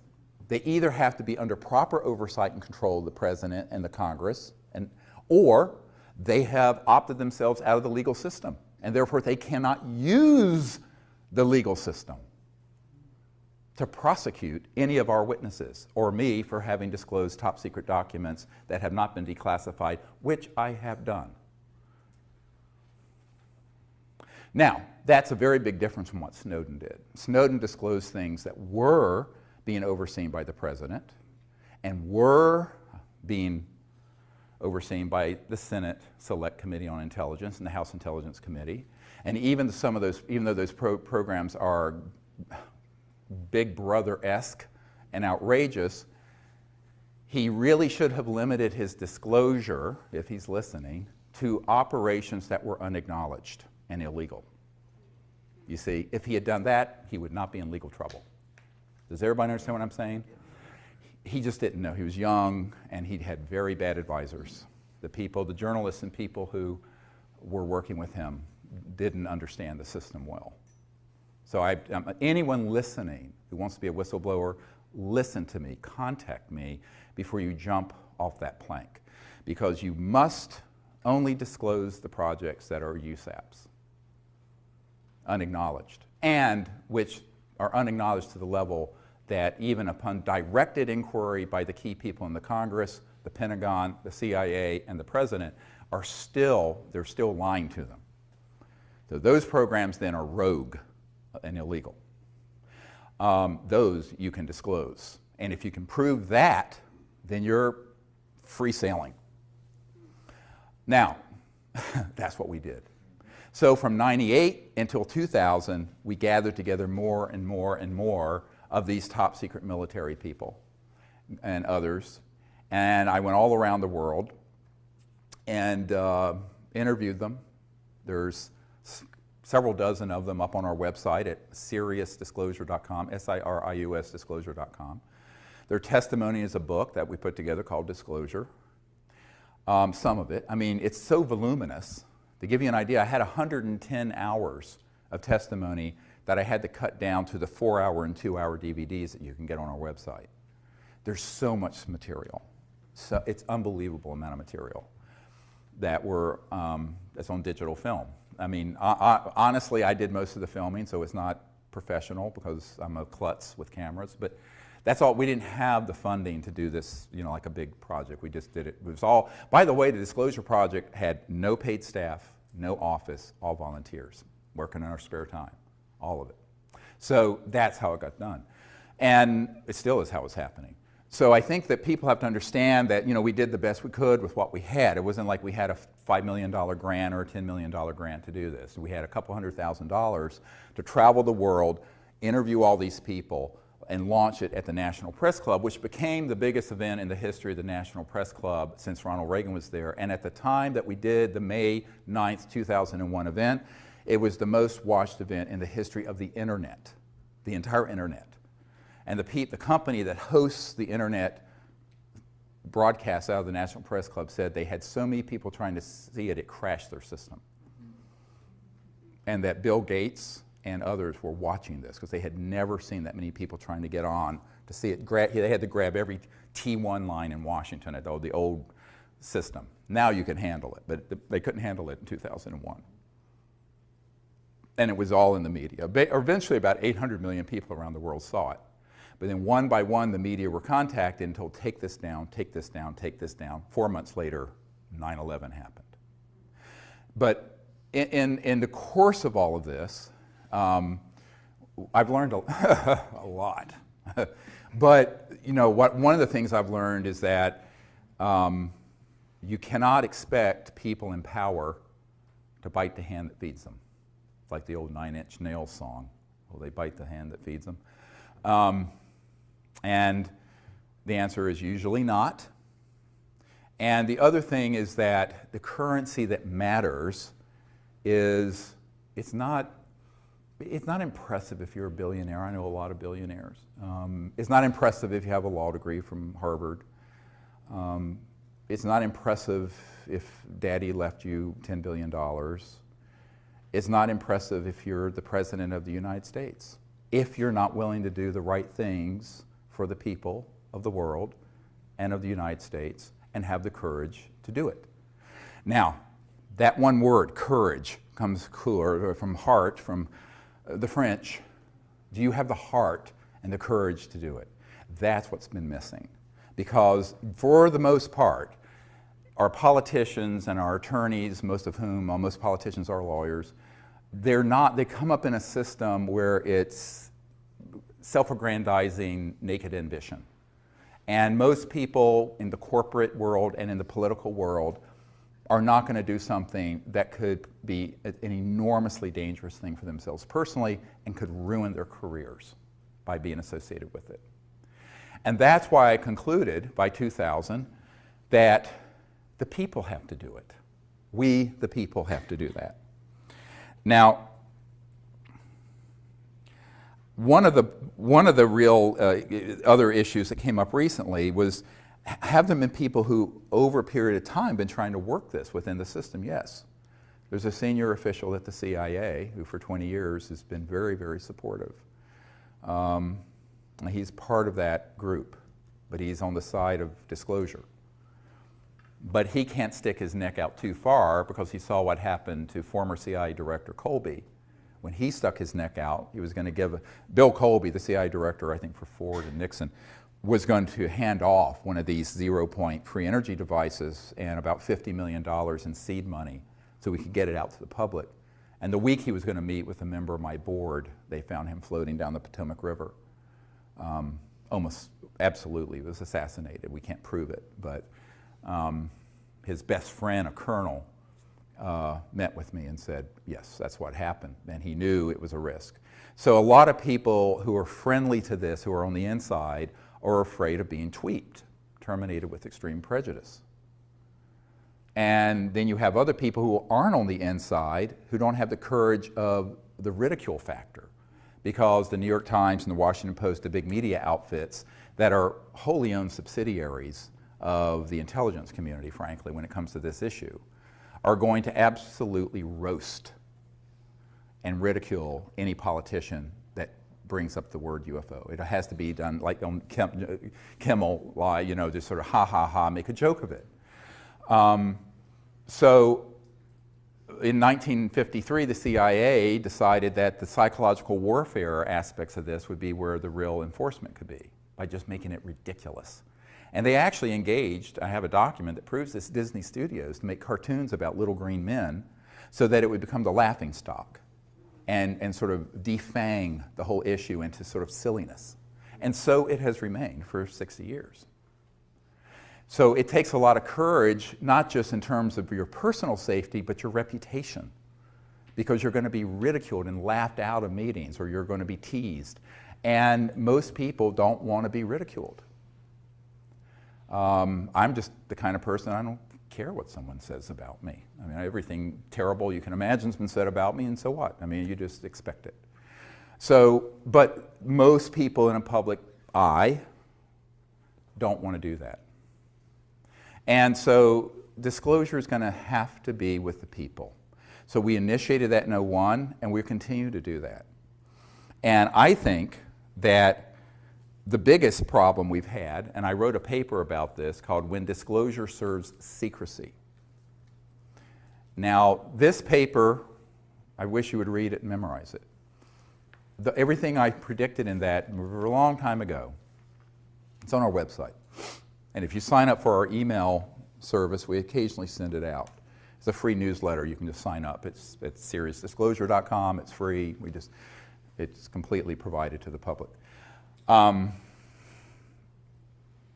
That paper describes the dangers of doing what we've done.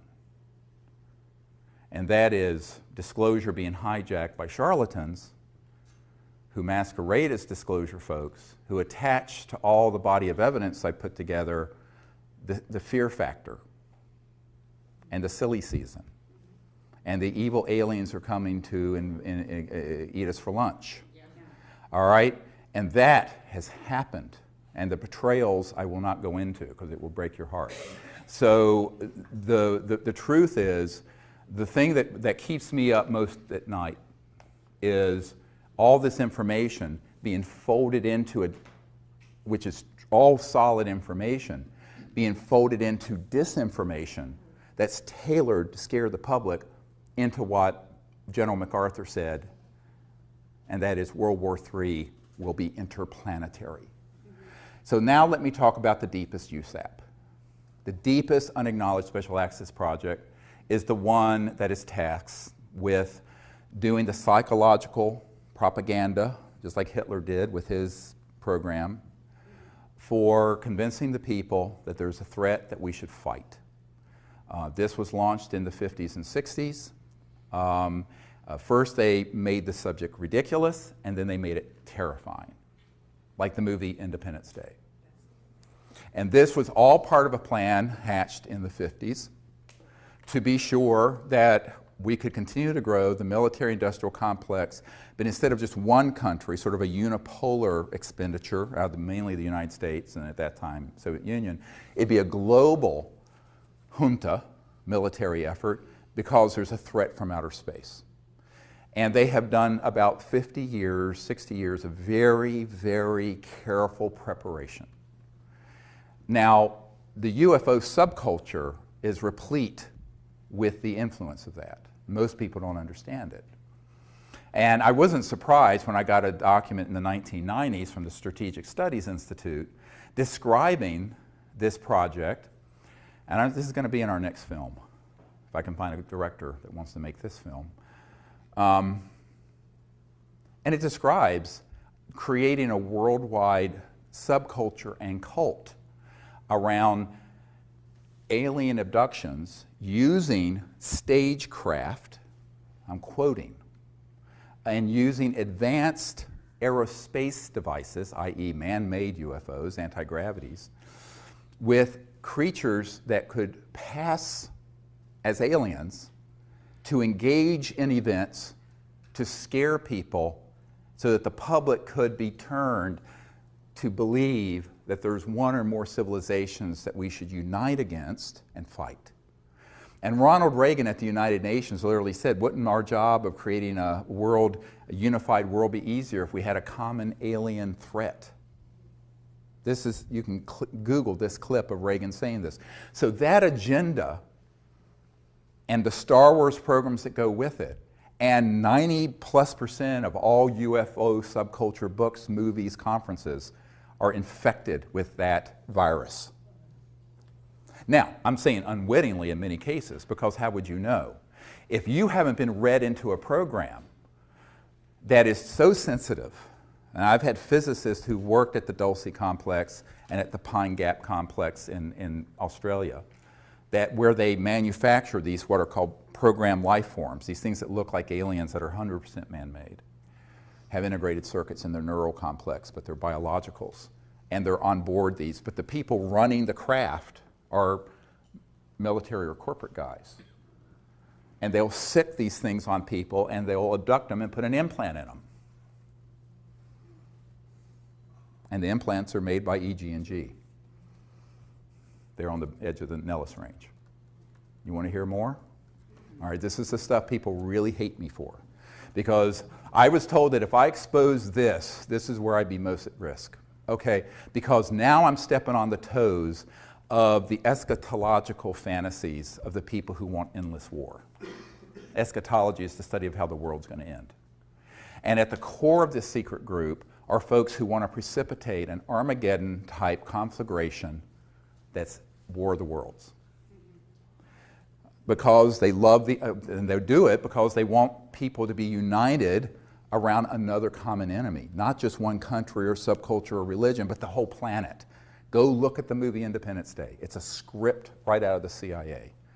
And so the whole point of that is that you have got to prepare people to hate.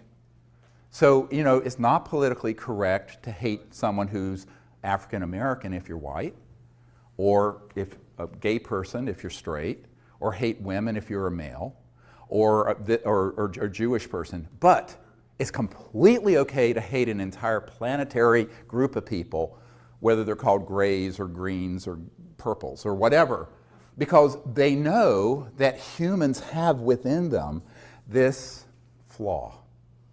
And it's in the primate monkey mind that is the root of tribalism. And I want to deconstruct this for a moment. We are 98.5% identical to chimpanzees and gorillas. And chimpanzees and gorillas do organize into troops and into warring sects that kill each other. And it is usually based on slight differences of whether territory or appearance. And this can be exploited by demagogues, whether it's religious demagoguery, racial demagoguery, sexism, homophobia. Just pick it. Well, the big one is interspecies. So the next one is, let's get everyone prepared, and we can use these images, just like Hitler used the image of, you know, the blood libels of Germany, you know, portraying Jewish people as grinding up children for matzah meal, and this outrageous stuff that was propaganda. No, this is all true. Go look it up. Unfortunately, most people don't know any history, but you know, if you go look up the history of World War II, there was a foundation built for years for the Third Reich. That's what the Fourth Reich is doing, this secret government. And they've done it very well, extremely well. Now, I met with a man who would not come forward, who was on one of these early abduction squads. Now, don't get me wrong, not everyone who's had contact has had a false abduction happen, but the whole thing's been commingled. I've had contact, but it wasn't an abduction. So what I tell people is that if you mix this together and people don't know that there are two distinct things going on, you think they're all the same phenomenon, when they are not. And this man said in the early days, before they had these programmable things that look like life forms, that look alien, they would use little guys that were short and do a Hollywood mask and suit on one of these anti-grav devices. This is back in the 60s and 50s, 60s, 70s, and abduct people. And so they started this program a long time ago. And it's very easy to do. Very easy if you understand the technology. Now, this is the other problem. Most people don't understand the extraterrestrial technology, and if you don't understand that, you're not going to understand what the reverse engineering spin-offs have been, one of which is what I'm describing. So when they realized that they could stagecraft this, and this is described in the Strategic Studies Institute document. I don't know, the director of the film Sirius didn't want to put that in there. He thought it was too controversial. The next film will have it in there. I'm going to override whoever the director is, that this has got to be in there. But that way you prepare the population for a new enemy to fight. How else can you grow the military-industrial complex from $1 trillion a year enterprise to a $3 trillion or $4 trillion or $6 trillion? You have to have an enemy. As Leon Panetta said, we're spending $110 billion a year to chase 70 al-Qaeda members in Afghanistan. He said that. So how do you keep that juggernaut going? You've got to have another and a bigger enemy. So in the meanwhile, they'll concoct and create and keep the fire burning, manipulate the world to keep the fire burning deliberately. And that's what we've seen over the last decade. We go in and break Iraq, and then it creates, it just keeps this fire burning. However, the big surprise that's coming, 1,000 times worse than 9/11, is this false flag operation to stage a threat from outer space. There was a man who came to the congressional briefings in 1997, and he was prepared to open this entire box, Pandora's box of issues, to the members of Congress there. And I will not share his name. I keep a confidence. He was going to do it. The night before the congressman came, some intel people came to his room who he had worked with in those projects and begged him not to disclose it. And so he left. He was actually taken that night to a secure facility out in Virginia, and we never saw him again. He left a note under Sherry Adamac's door explaining what happened.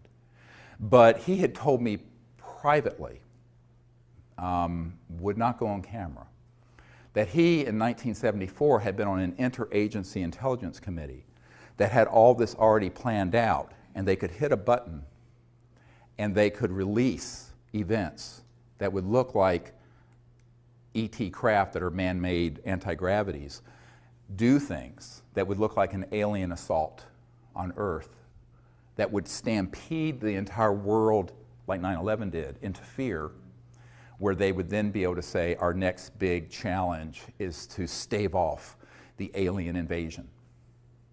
And I said, how ready was he? He says, we could have hit a button and the whole thing would have run, and that was in '74. Now, that's only because he was on that committee in 1974. He told me, but he said it was fully operational well before then. So we're getting into some really deep and dark stuff here. Some people are very disturbed when I share this.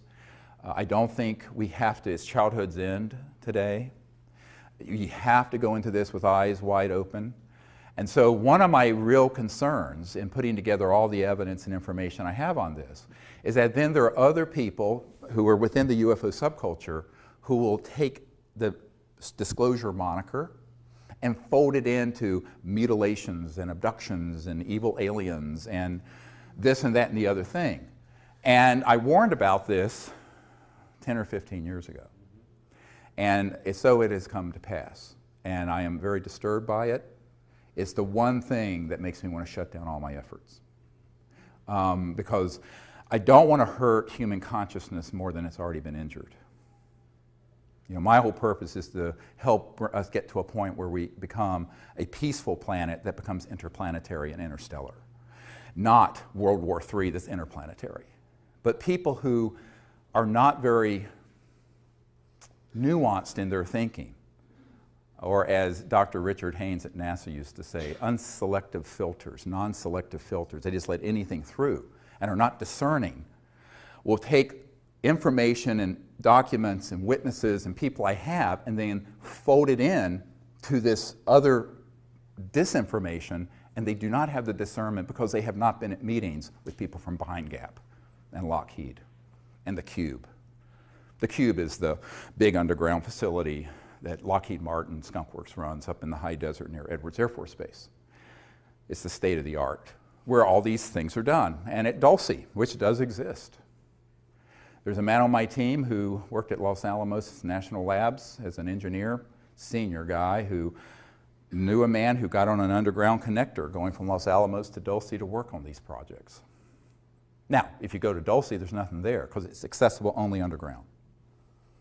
It's accessible from Los Alamos, it's accessible from Nellis, and it's accessible from Edwards, all the way from Edwards, Air Force Base in the high desert of California. But these underground connectors, this is no myth. They do exist, and they're maglev, anti-grav, sort of, but they're underground. And you go in one place, and boom, surface in another. Now, this brings up the question is, it's like the old song from the 70s, Don't Be Fooled Again, or The Who, we won't be fooled again. Will we? And I think that's the problem. Knowledge is the greatest purifier, it says in the Vedic and tradition in the Bhagavad Gita. So knowledge is key. We have to share this information, but we have to do it in a way that presents the full story. And that's what I wanted to do today, is to provide the background of disclosure, but also how fraught it is for being hijacked by people who lack the wisdom, frankly, and the insight to know that they're being played by the intelligence community like a fiddle, and putting out information that can only pollute human consciousness to convince people, yes, the UFOs are real and the ETs are out there, but some of them we need to be afraid of and fight in the next big world war. Now, one person asked me once, how can you prove that all of them aren't hostile? I said, well, I can't. You can't prove a negative. It's axiomatic. But I was asked this at Wright-Patterson Air Force Base. Let me tell you a little story that very instructive. So we're there, and there was a colonel there who was in charge of this operation at Wright-Patterson, and Bruce Ashcroft, who was an intelligence officer, although he was posing as a public information officer. He's really Air Force Intel, a suit. And so my military advisor and I, and another man who'd worked for the State Department and who was also a naval intel guy, was with me.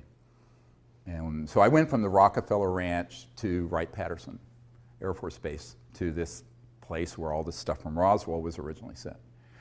And we had this meeting because it was forced on them by the head of J2, the previous one I briefed, my people briefed, Tom Wilson, Admiral Wilson. And when we got in there, we basically said, we're not here to get information from you because we know what you have here. We've already penetrated what's here. We're here to provide information to you so that you do not interfere with what we're doing with the CE5 contact initiative. So civilians are not caught in the crossfire between you guys and what you're doing with ETs.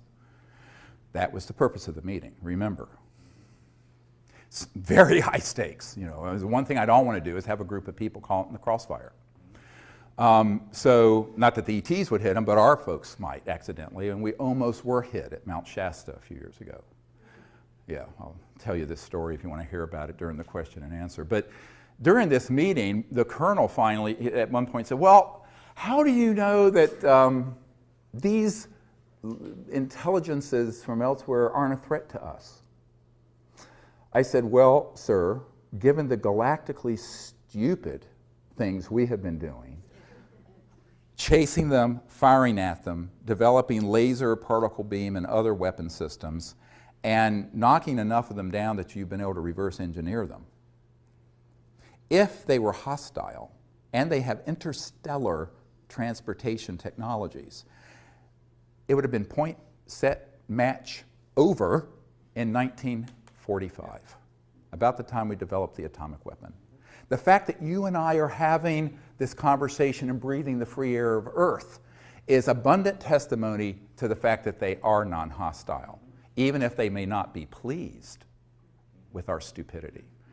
Don't get me wrong, I'm not saying that these civilizations are altogether in thrall with what's going on this planet. Who would be? Take a look around. But if they were overtly hostile, it could be over in a nanosecond. Because let me explain to you what the technologies are. Okay, all of you have looked at video games and Star Wars movies and Star Trek and other rubbish. So, okay, wipe your mind clean of all the rubbish that Hollywood puts out. Now let's get into some real science for just a minute. If you're going from one star system to another, I mentioned this earlier, you have the ability to create an electromagnetic field and go post-quantum, what Einstein called the spooky effect, where it's the same particle appears in two places at once, like that. And it has to do with non-locality in physics, the non-local cosmos, and other dimensions. But the power associated with that under a controlled circumstance is almost infinite. And if you were to take that knowledge and weaponize it, you could take a planet, target it, turn it into a pink mist floating through space instantly. It would not be a bunch of little laser guns going like this, like you're playing, So if these civilizations have gotten here, by definition, they're interstellar. And if they're interstellar, they're transdimensional. And if they're transdimensional, they have technologies that would make our hydrogen bombs look like a Tinker toy. All right? And yet here we sit, notwithstanding the fact that we have been using electromagnetic weapon systems to target them and knock them down since 1947. The Roswell crash was a targeted electromagnetic switch that knocked two craft down. They actually collided with each other. One went down near Roswell, one continued and impacted near Socorro. This is in an FBI document where it talks about a new radar system, that's a euphemism, that was turned on, and these two ET craft hit each other, went down. I know men who have operated the state-of-the-art ones that began to be developed in the 50s and 60s. And now we're 60, 70 years into what are called scalar or longitudinal electromagnetic systems, which are sort of electromagnetic pulses that instead of having a wave like this, are point radiation. So they're multiples of the speed of light. And this scalar technology has been worked on for the better part of 100 years in some circles, but certainly intensely for 70. So we have used those systems to track and target ET craft since the 40s. So if they were in fact so hostile, we would have known about it massively.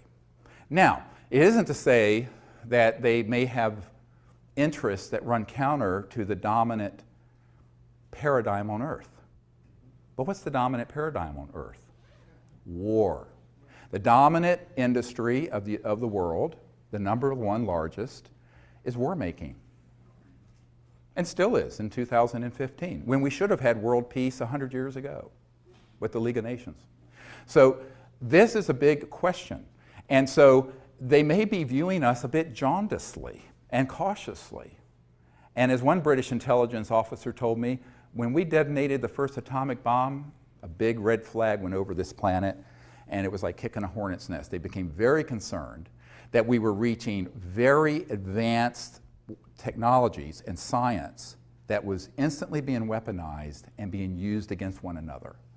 And that meant that we became an existential threat to ourselves, and in time, we, humans, could be an existential threat to other worlds.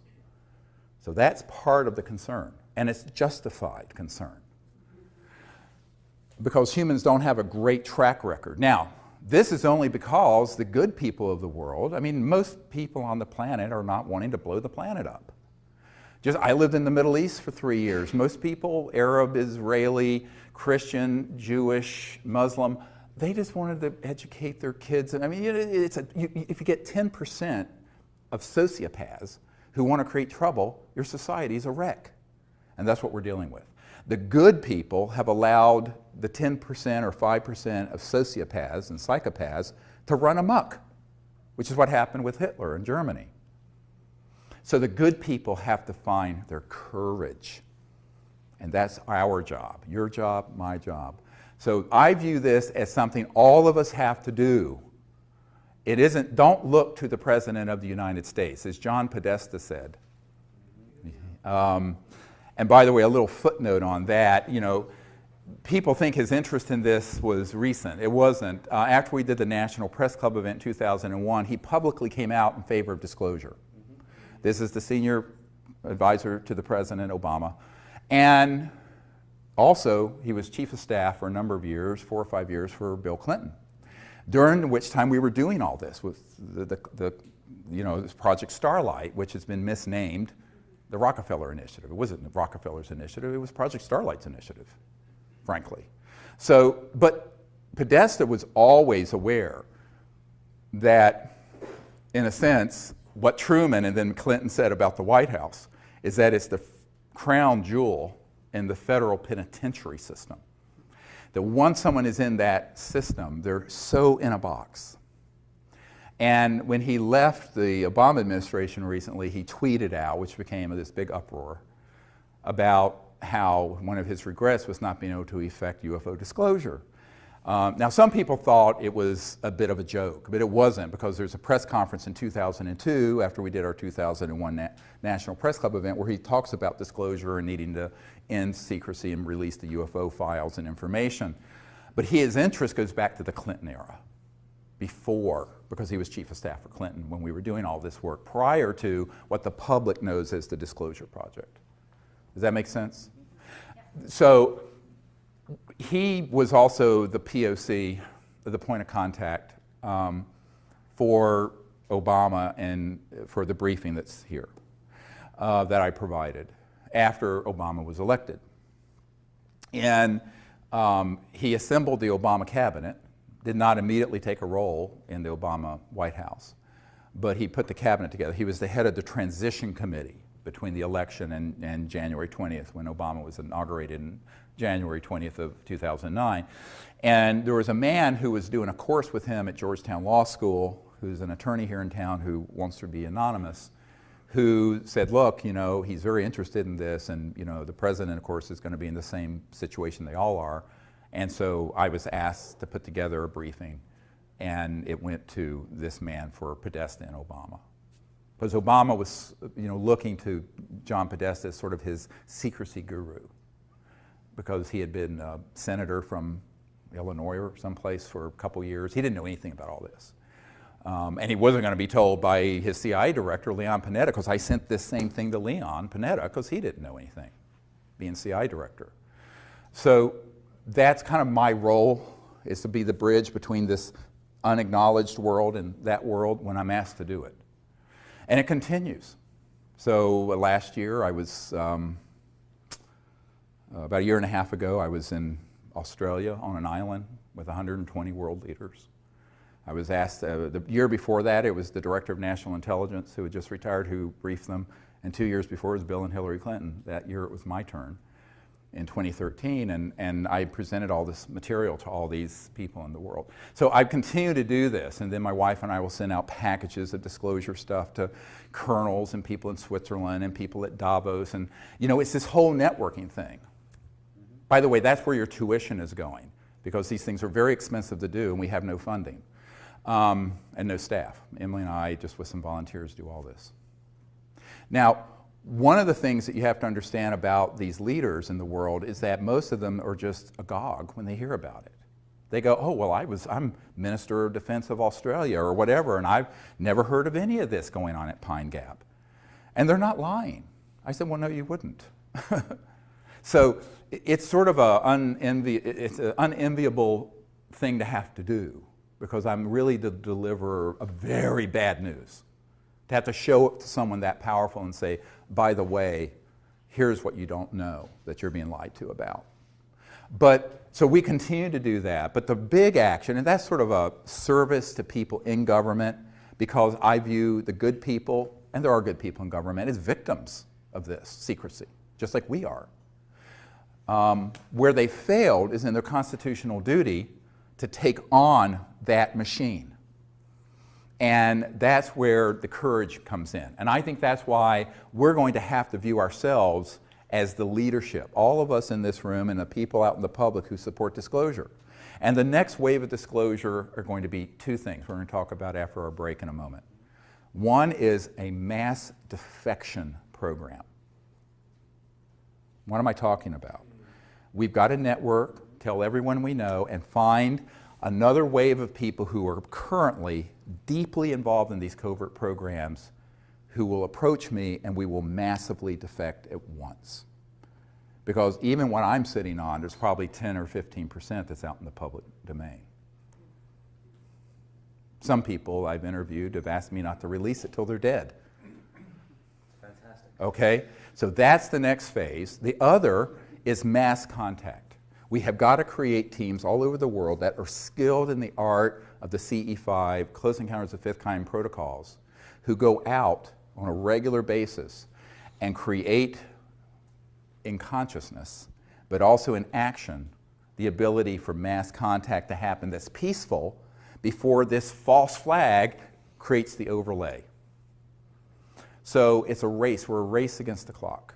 And so that's how it has to happen. And that's something that you don't have to sit on your hands waiting for the president to do, or for that matter, me to do. That's something all of us can do. We tried our own. Yeah, and people who've done the CE5 initiative, even using the app, we get reports every day on our website of amazing contact and things that they've had. So if more and more people start doing that, the ETs are going to get the message that not everyone on planet Earth is sleepwalking. See, they need to see that. Now, people have asked me, Larry King asked me, why don't they just land on the White House lawn or their Super Bowl game? I said, yeah, they could do that. But all that would do would trigger mass panic, because these folks in the intelligence community would say, we're being invaded. We need to fight them. They know not to hit that tripwire. They want us to invite them and create the correct atmosphere of universal peace in consciousness and action to make contact. Then they'll come.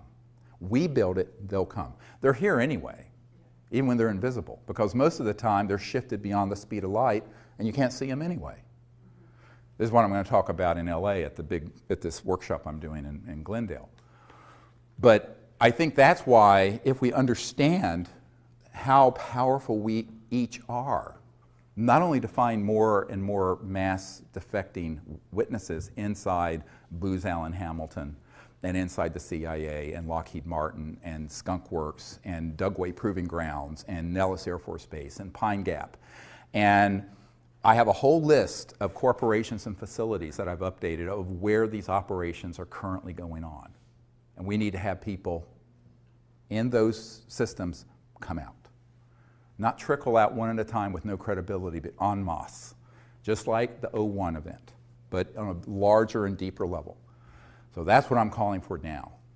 And then the other is all of us becoming ambassadors to the universe as citizen ambassadors, peaceful contact. And that's something every single person can do in their own community. And if you do it and you practice it and learn what the protocols are, you'll be quite stunned at what will happen. It's beautiful.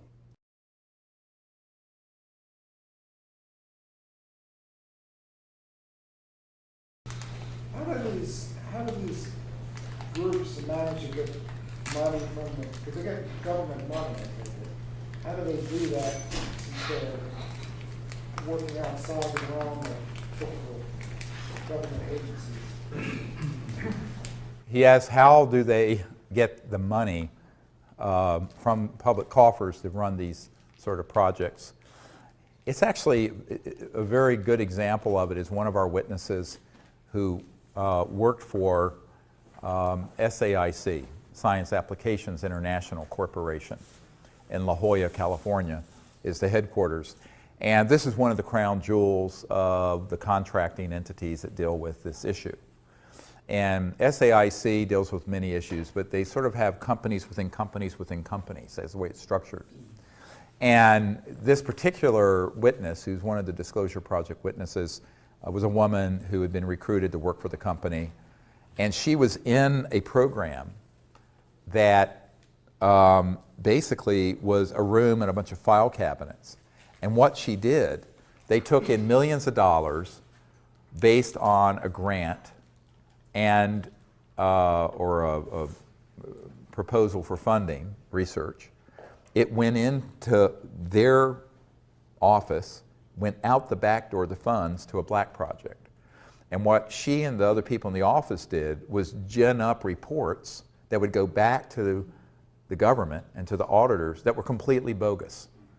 And when she asked, where is this, what's the real research going on with this money, she was shown a file just full of these empty reports. So obviously that's fraud, but that is how they work. So for example, the B-2 stealth bomber might cost a few $100 million actually to build. They tell the Congress they cost $2 billion apiece.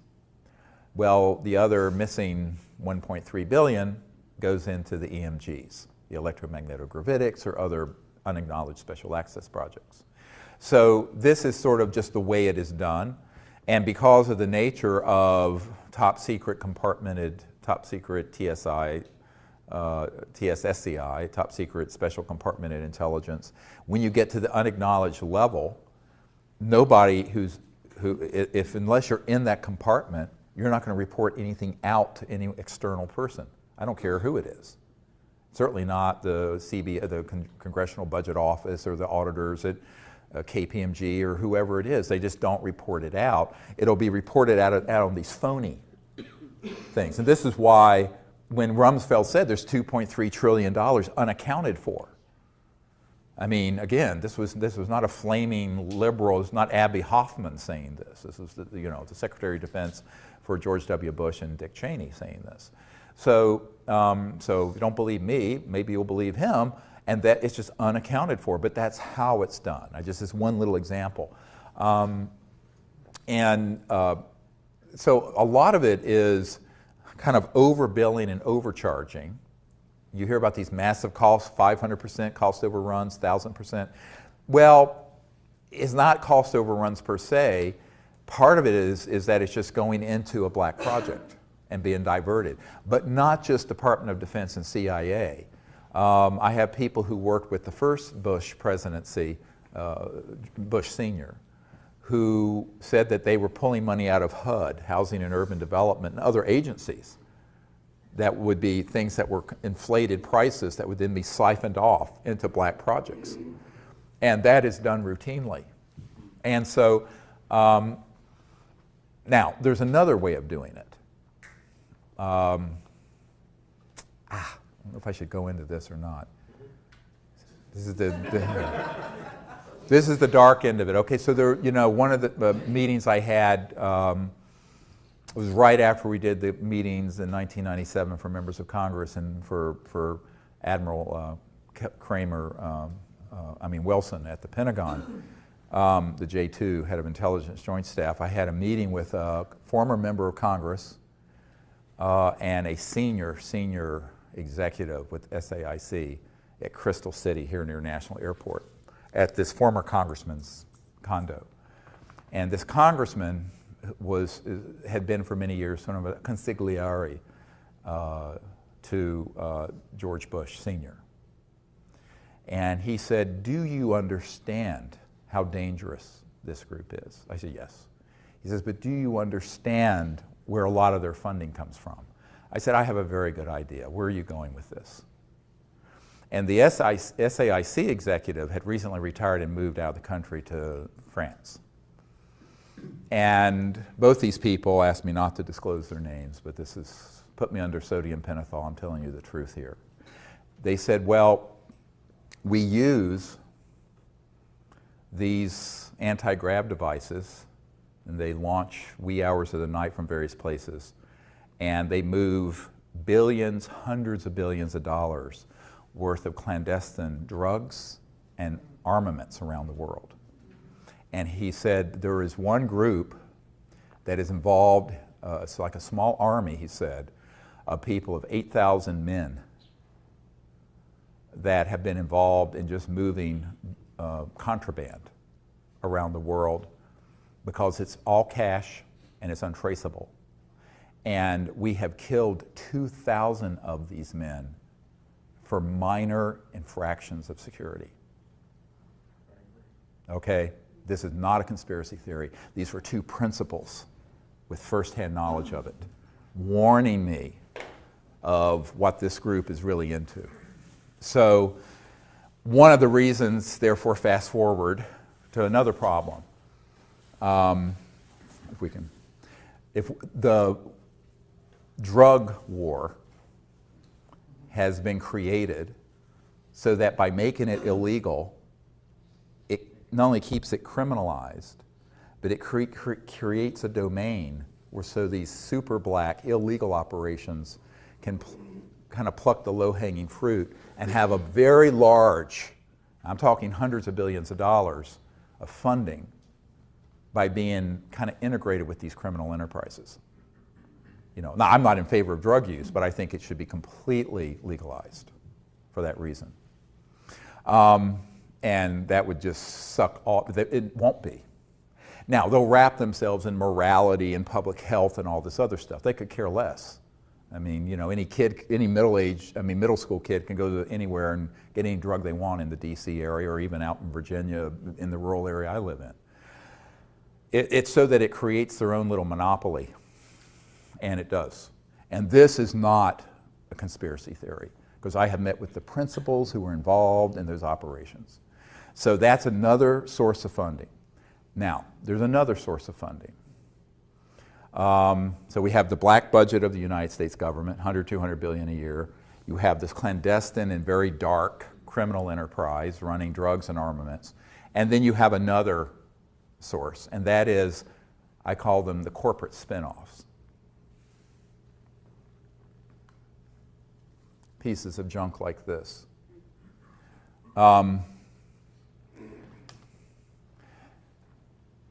The technologies at Murray Hill facility, AT&T in the early days, Bell Labs, Lockheed, there's a lot of technologies that have been spun out of, as Colonel Corso said in The Day After Roswell, that were studied that have made their way into the public. By studying extraterrestrial materiel that have come from our downing of these spacecraft.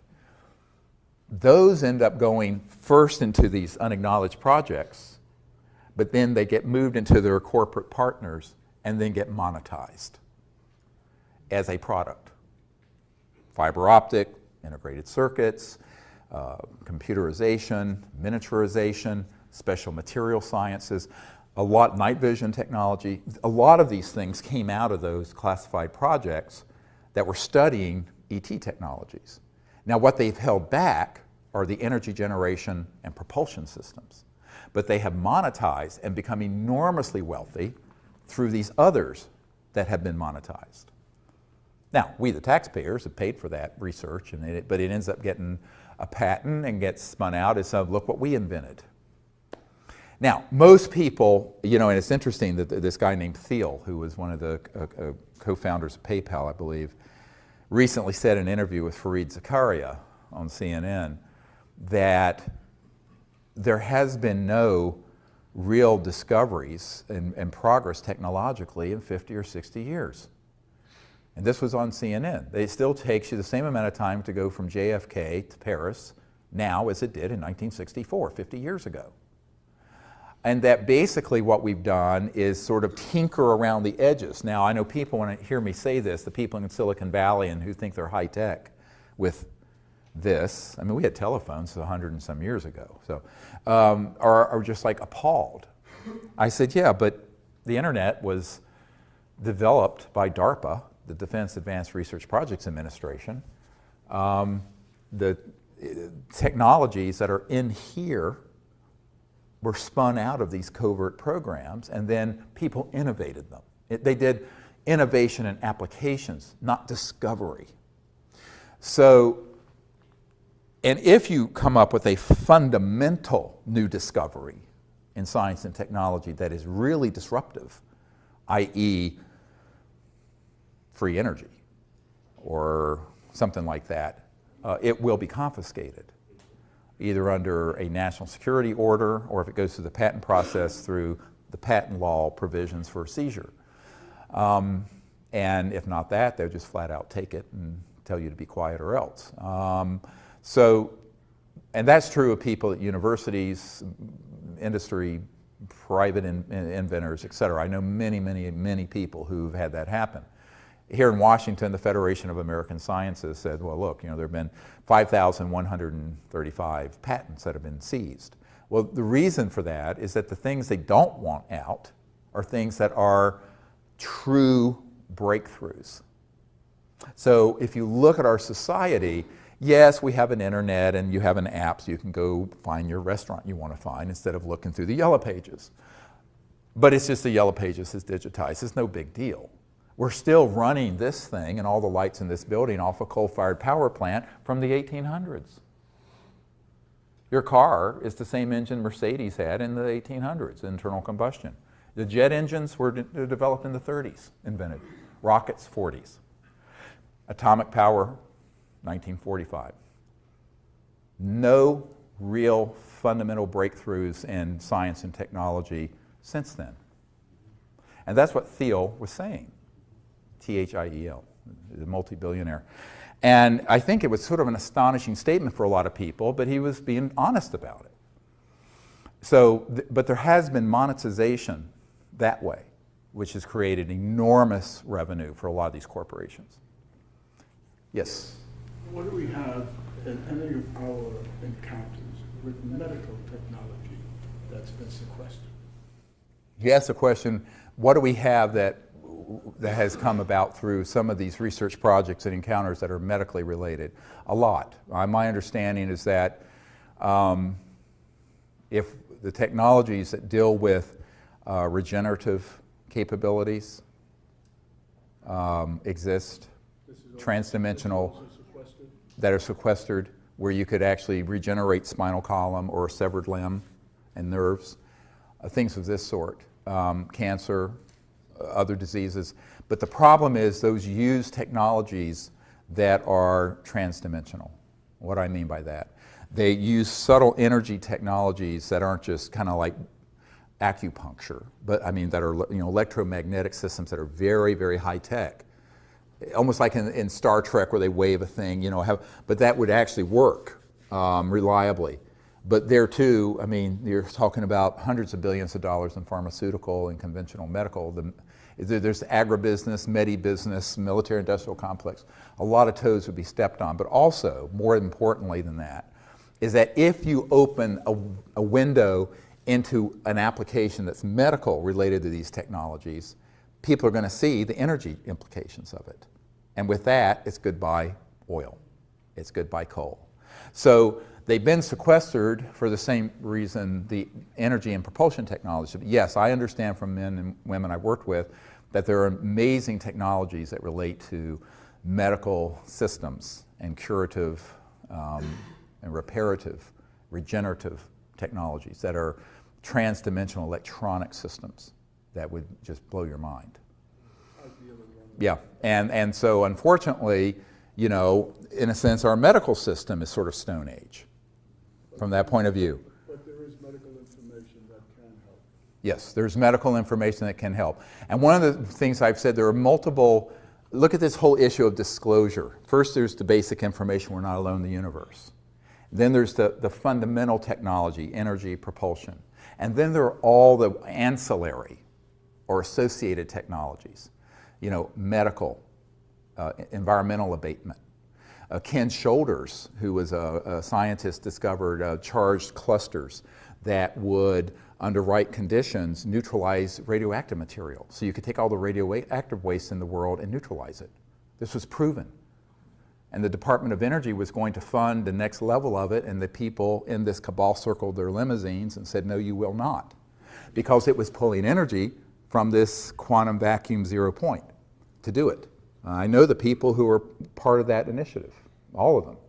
So there are so many spin-offs and benefits of disclosure of this central issue, but that's the reason it's secret, is that the implications are so huge. It's not just the energy sector or the transportation sector. It's the medical, it's the pharmaceutical, it's all of it. But, you know, would 99.999% of humanity benefit if it was used peacefully? Now, there's a big caveat. If it was used peacefully, yes. The bigger question becomes, as a colonel who was in charge of future technologies for the Air Force, and I discussed here in DC not long ago, what if they're weaponized? I said, well, they already have been, haven't they? Yeah. But they're covertly weaponized. But what if they proliferate and are weaponized? So this gets into sort of the larger question, evolutionary question of, are we willing to go forward as a peaceful civilization or not? Because we are at a crossroads where if we don't go forward peacefully, we won't go forward at all. And it's not world peace, it's universal peace.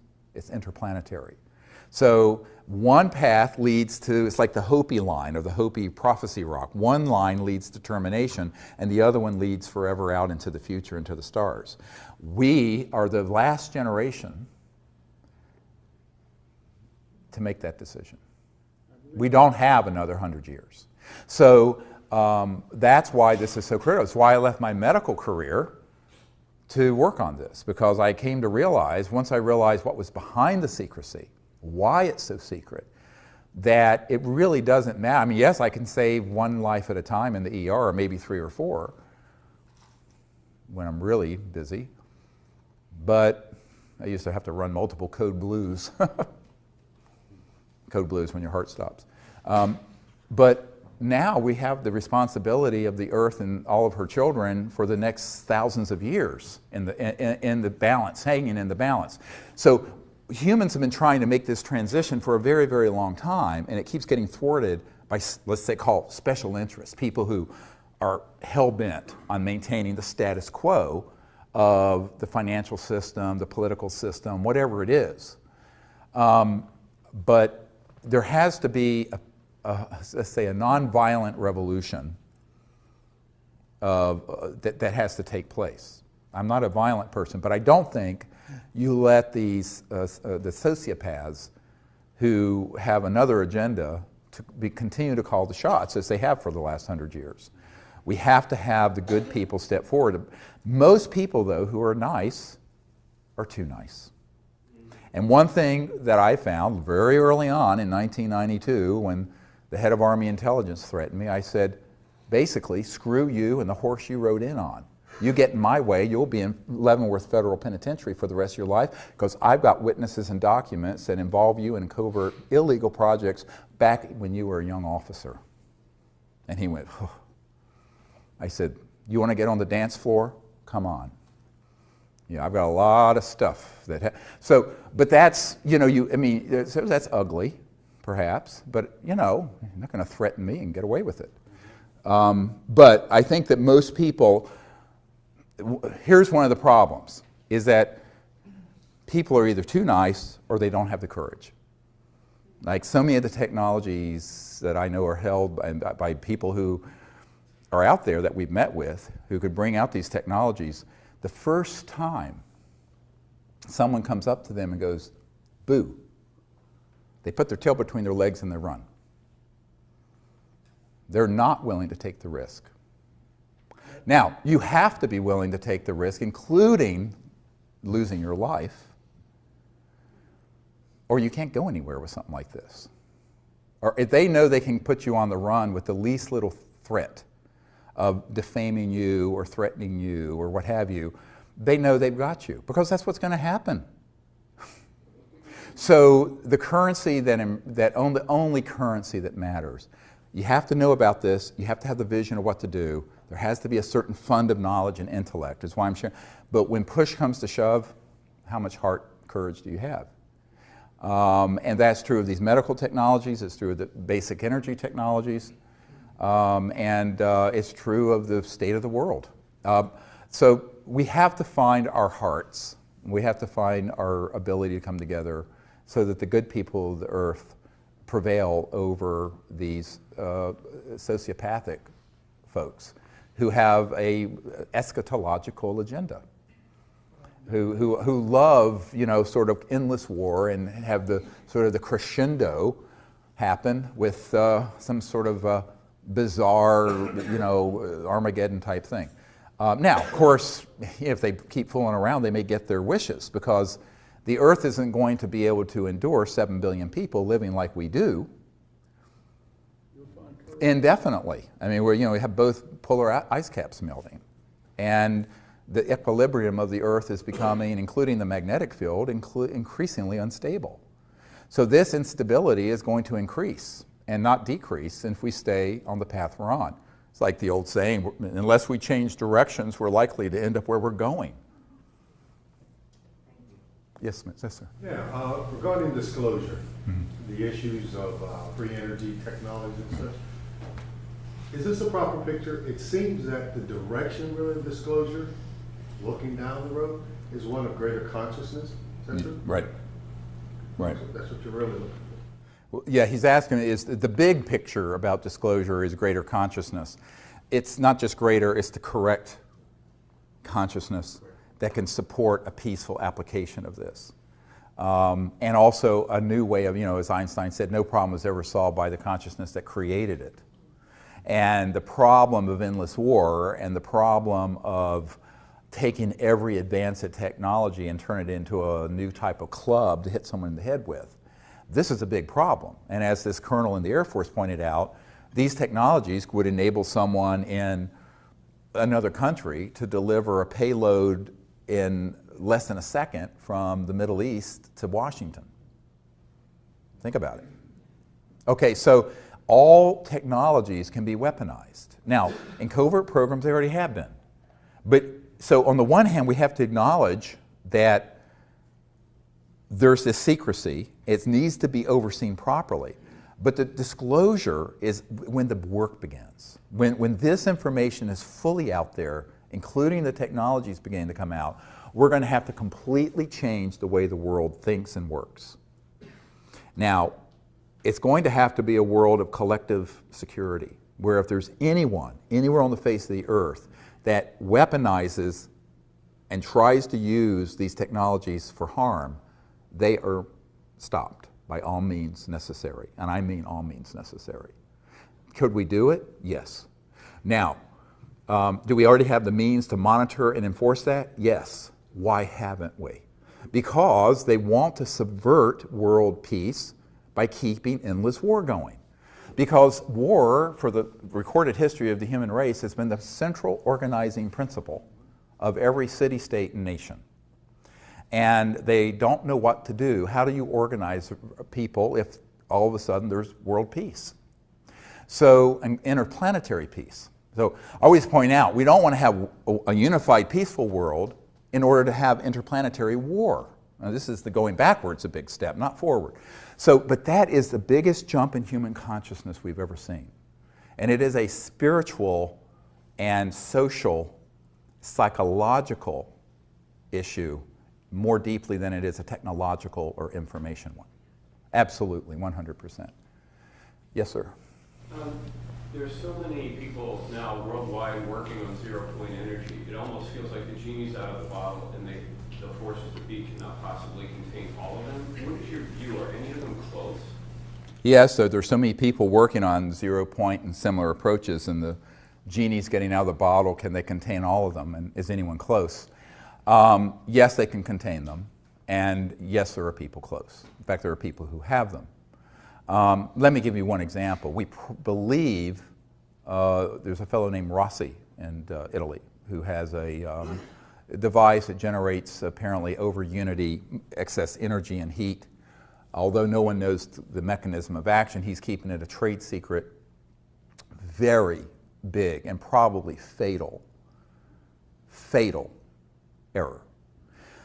The people I've met with who have developed these systems have all either taken it to their graves or had them confiscated before they can get out to the public significantly because of some central strategic errors that have to do with the idea that they're going to be able to handle that technology like you would a new app or a new Silicon Valley computer system.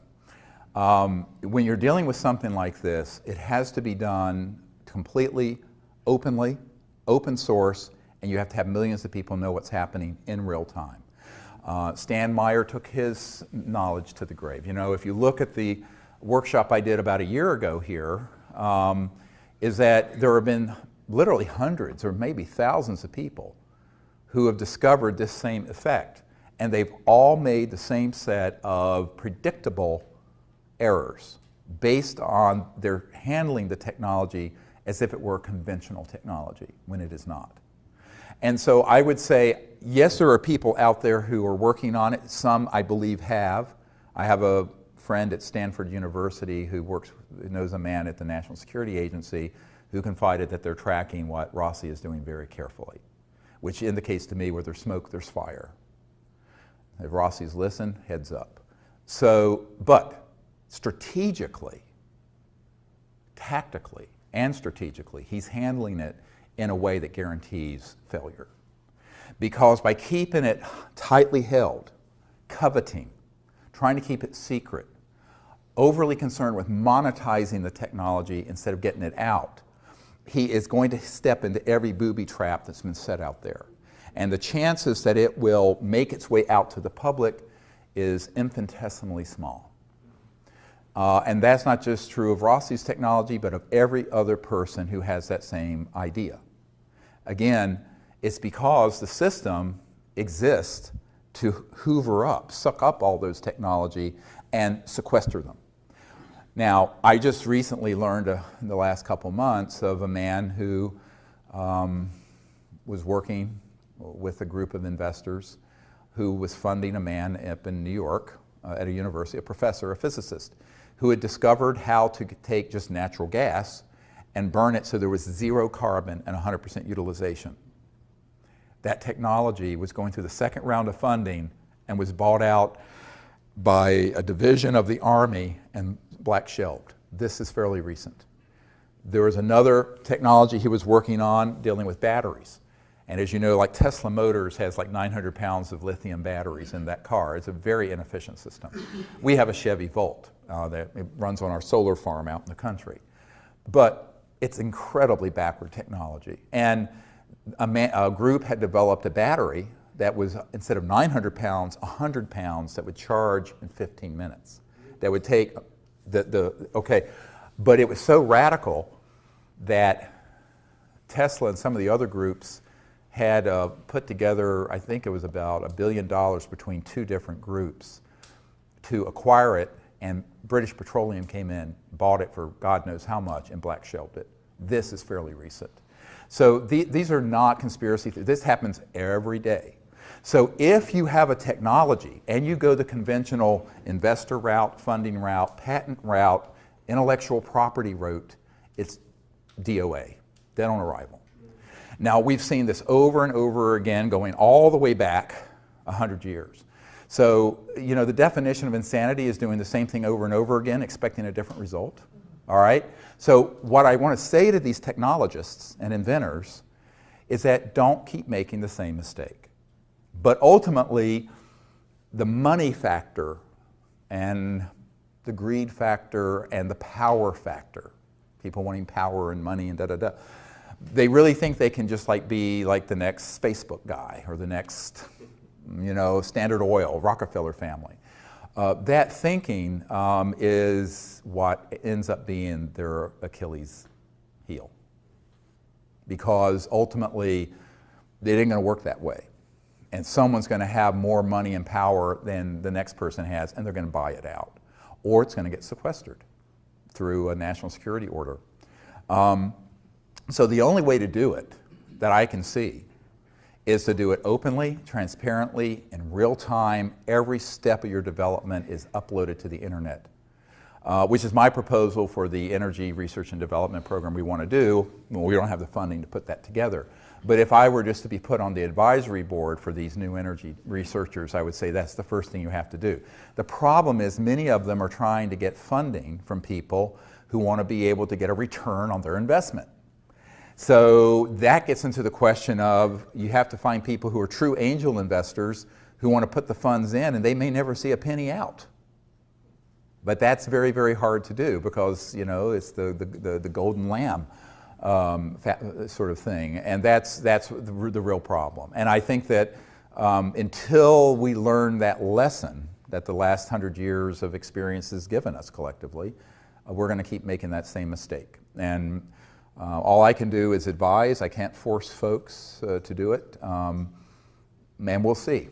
I would like to see someone make it through that juggernaut, but I'd be very surprised if they do, using the strategies of conventional business, intellectual property, finance, and investor concepts. Yes, sir. I've been following your work for a lot of years, and particularly that video that you put out, where there were like 400 and some people that work for the government, and they all stood up at the podium and they spoke. I was amazed that you put that out there. But I read an article that you had put out talking about Buzz Aldrin. He had died back in November, and you put the article out about his death and how his family couldn't speak about. Oh, I think that was Neil Armstrong, actually. Neil Armstrong. Yeah. The first man to walk on the moon. Yeah. Exactly, and you said that when he landed, he saw something that he couldn't talk about? Yes. What was it? Yeah. This is a really great question about what really happened. You know, my uncle worked for Grumman, that became Northrop Grumman, and Grumman had the contract to build the lunar module. It landed, a funny looking thing that looked like a spider. It landed on the moon in 1969 on July 20th or whatever it was. The first two men on the moon were Neil Armstrong and after him Buzz Aldrin. Yeah. And back when we were doing these briefings for Congress, and in fact even before then, the Asilomar gathering in 1995, we reached out to Neil Armstrong because I knew from contacts and family that when we landed on the moon, we weren't alone. Okay. And that Neil Armstrong, there were two people who've been on my team for many years who were good friends of his family. And so we reached out to him and invited him to come to those events, and he politely declined and told us that it was made very clear to him and the other Apollo astronauts who witnessed this first event, where when we landed at the crater on the moon, the rim at the top of the crater was, quote, crowded with UFOs, the craft that were up there, multiple of them, and that these were filmed. And that I know people personally who've seen that film footage.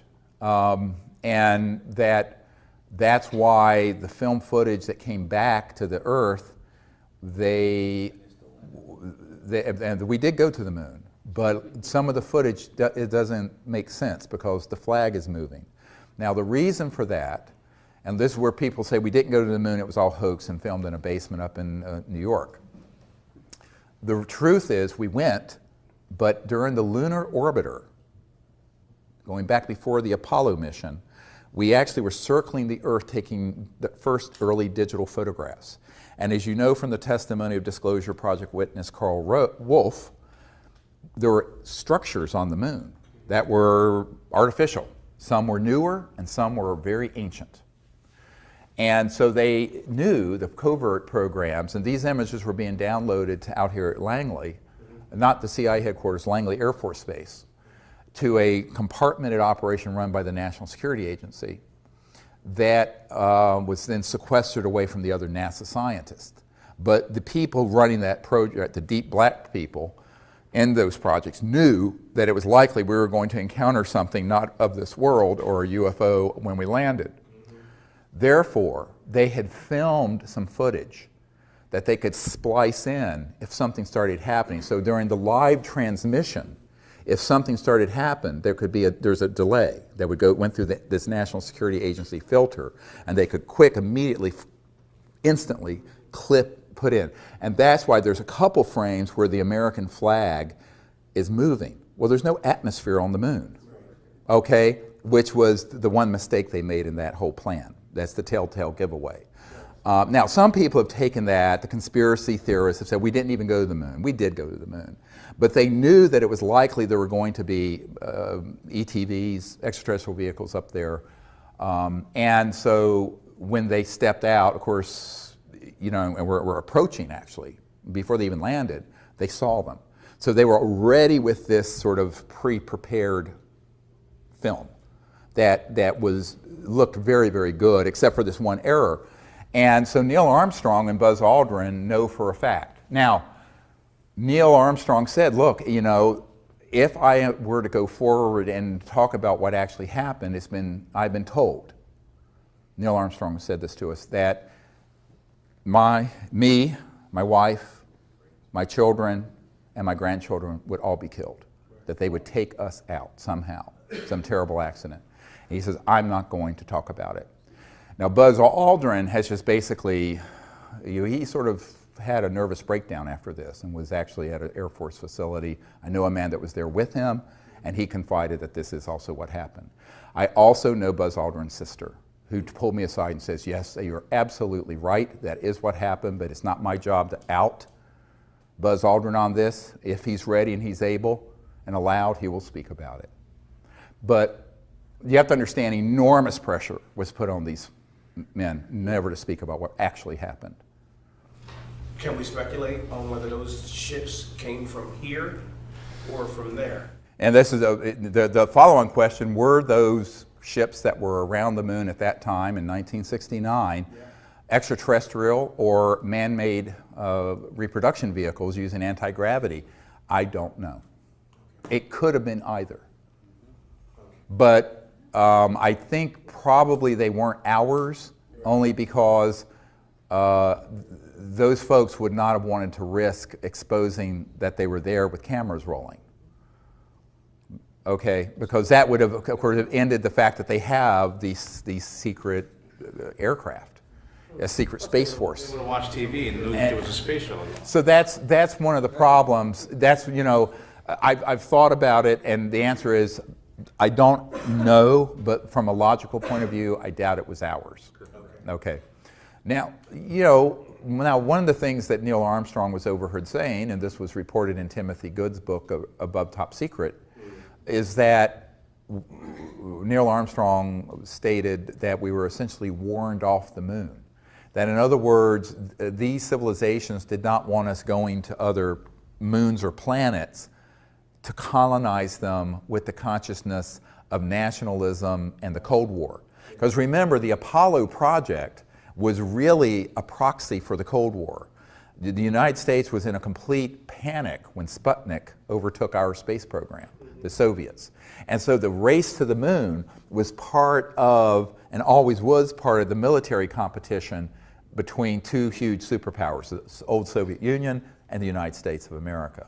And so when we went there, but we went there not as a peaceful world civilization, but as a competing Cold War effort that were armed with thousands of thermonuclear weapons, hydrogen bombs, pointed at each other. That was not the consciousness that the ETs want to see us going into space with. They want us going into space with the consciousness of peace and cooperation, not militarism and war.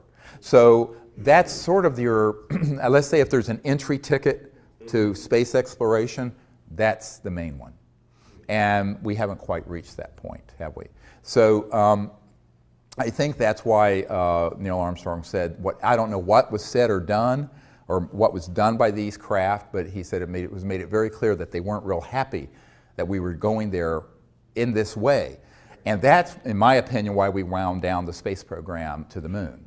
You know, my uncle was involved with this, and there was all kinds of plans to put colonies there and buildings and have, you know, people living in sort of like domes like they have out at the biosphere in Arizona and what have you, and all that was shut down. Now, the excuse they gave was budgetary cuts, but I don't think it was budgetary cuts. I think it was because, you know, it was quite clear that we were going out there immaturely as a warring civilization and not as a peaceful world civilization, which is the requirement.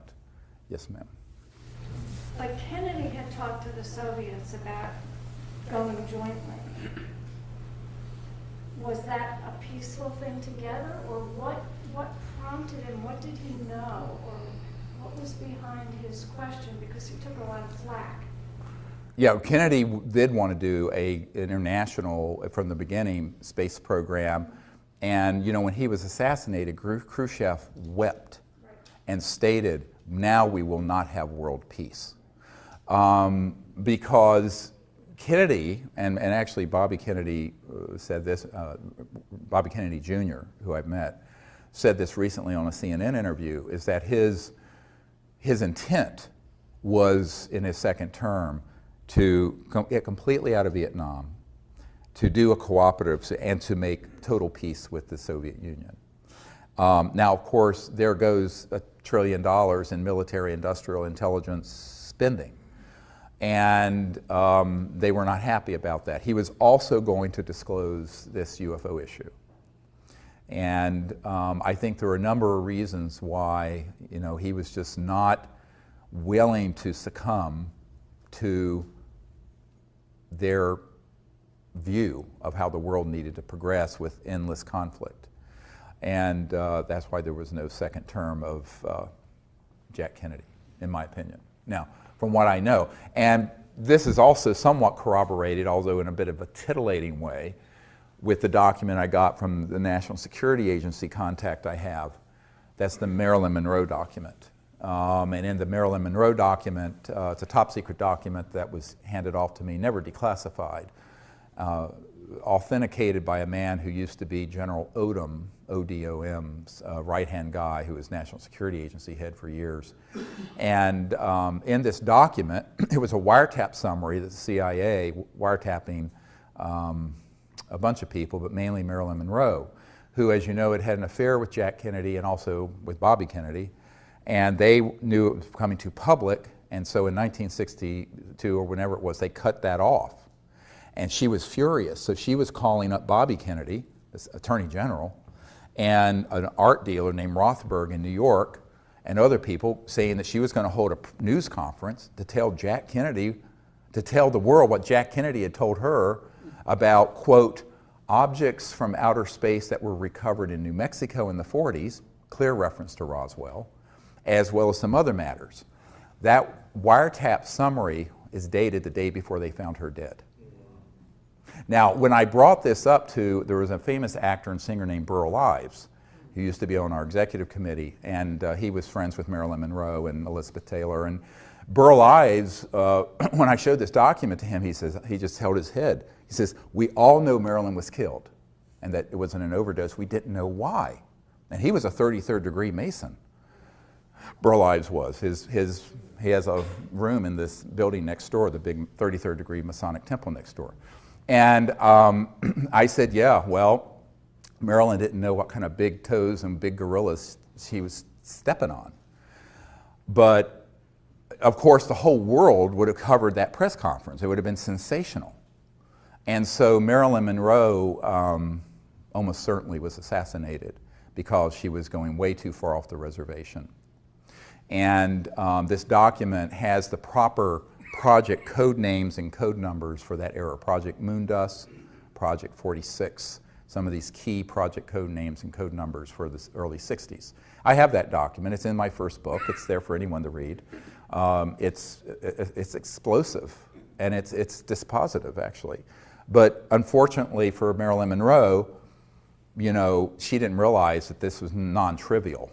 This is not a trivial thing to hold a press conference, a person of her stardom in that era. I mean, she was huge, talking about these specific issues, because she had learned that apparently in pillow talk with Jack Kennedy.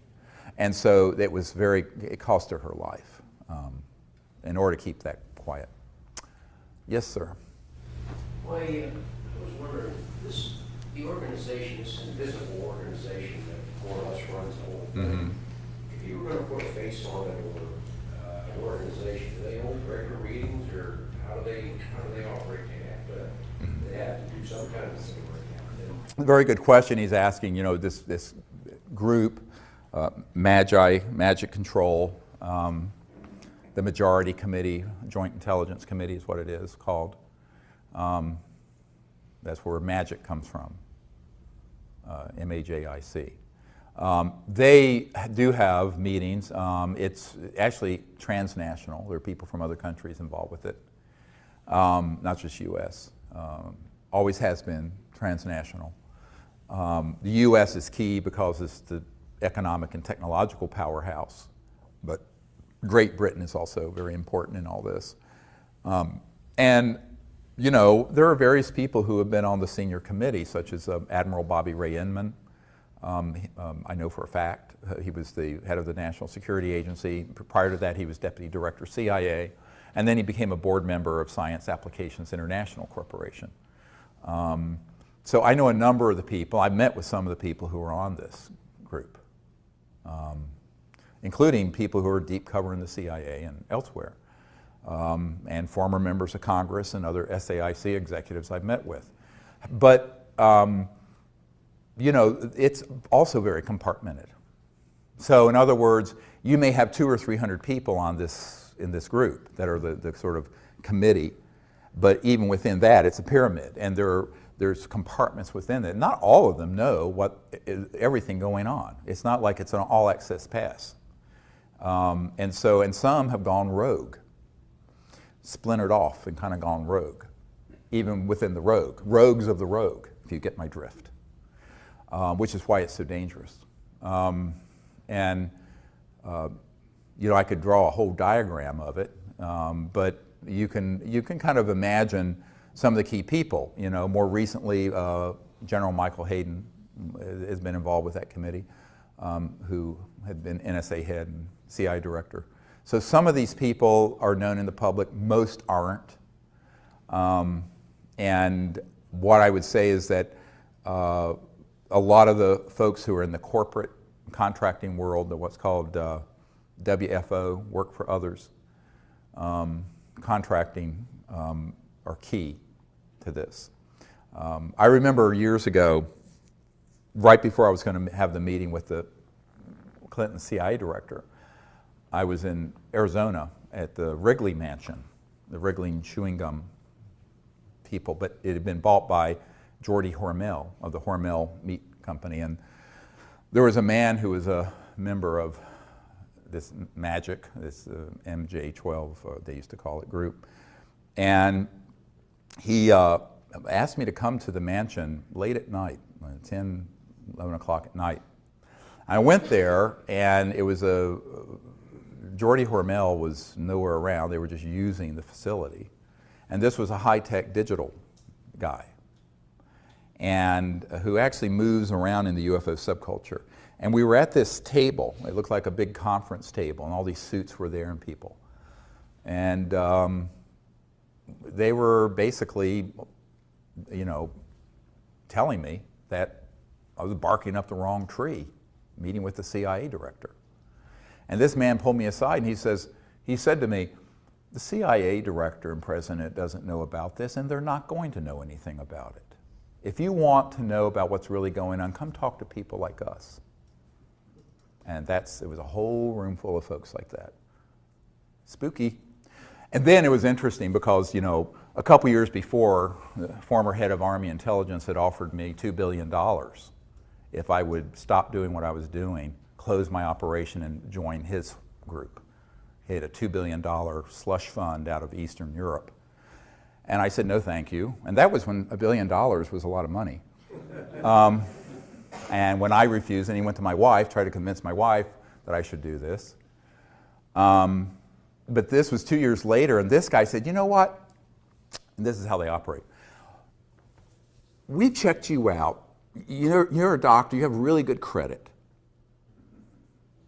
Take out all the credit cards you want, and you can run all your operations, max them out each month. Because my group, we run the supercomputers that back up the global financial system, and we'll just zero them out every month. That's what he offered. We'll just zero all your credit cards out every month. I said, well, that's very nice of you, Jim, to offer that, but then you would own me, wouldn't you? Because you'd have a record. And I said, I'm afraid I can't. He says, no, we're just trying to help you out.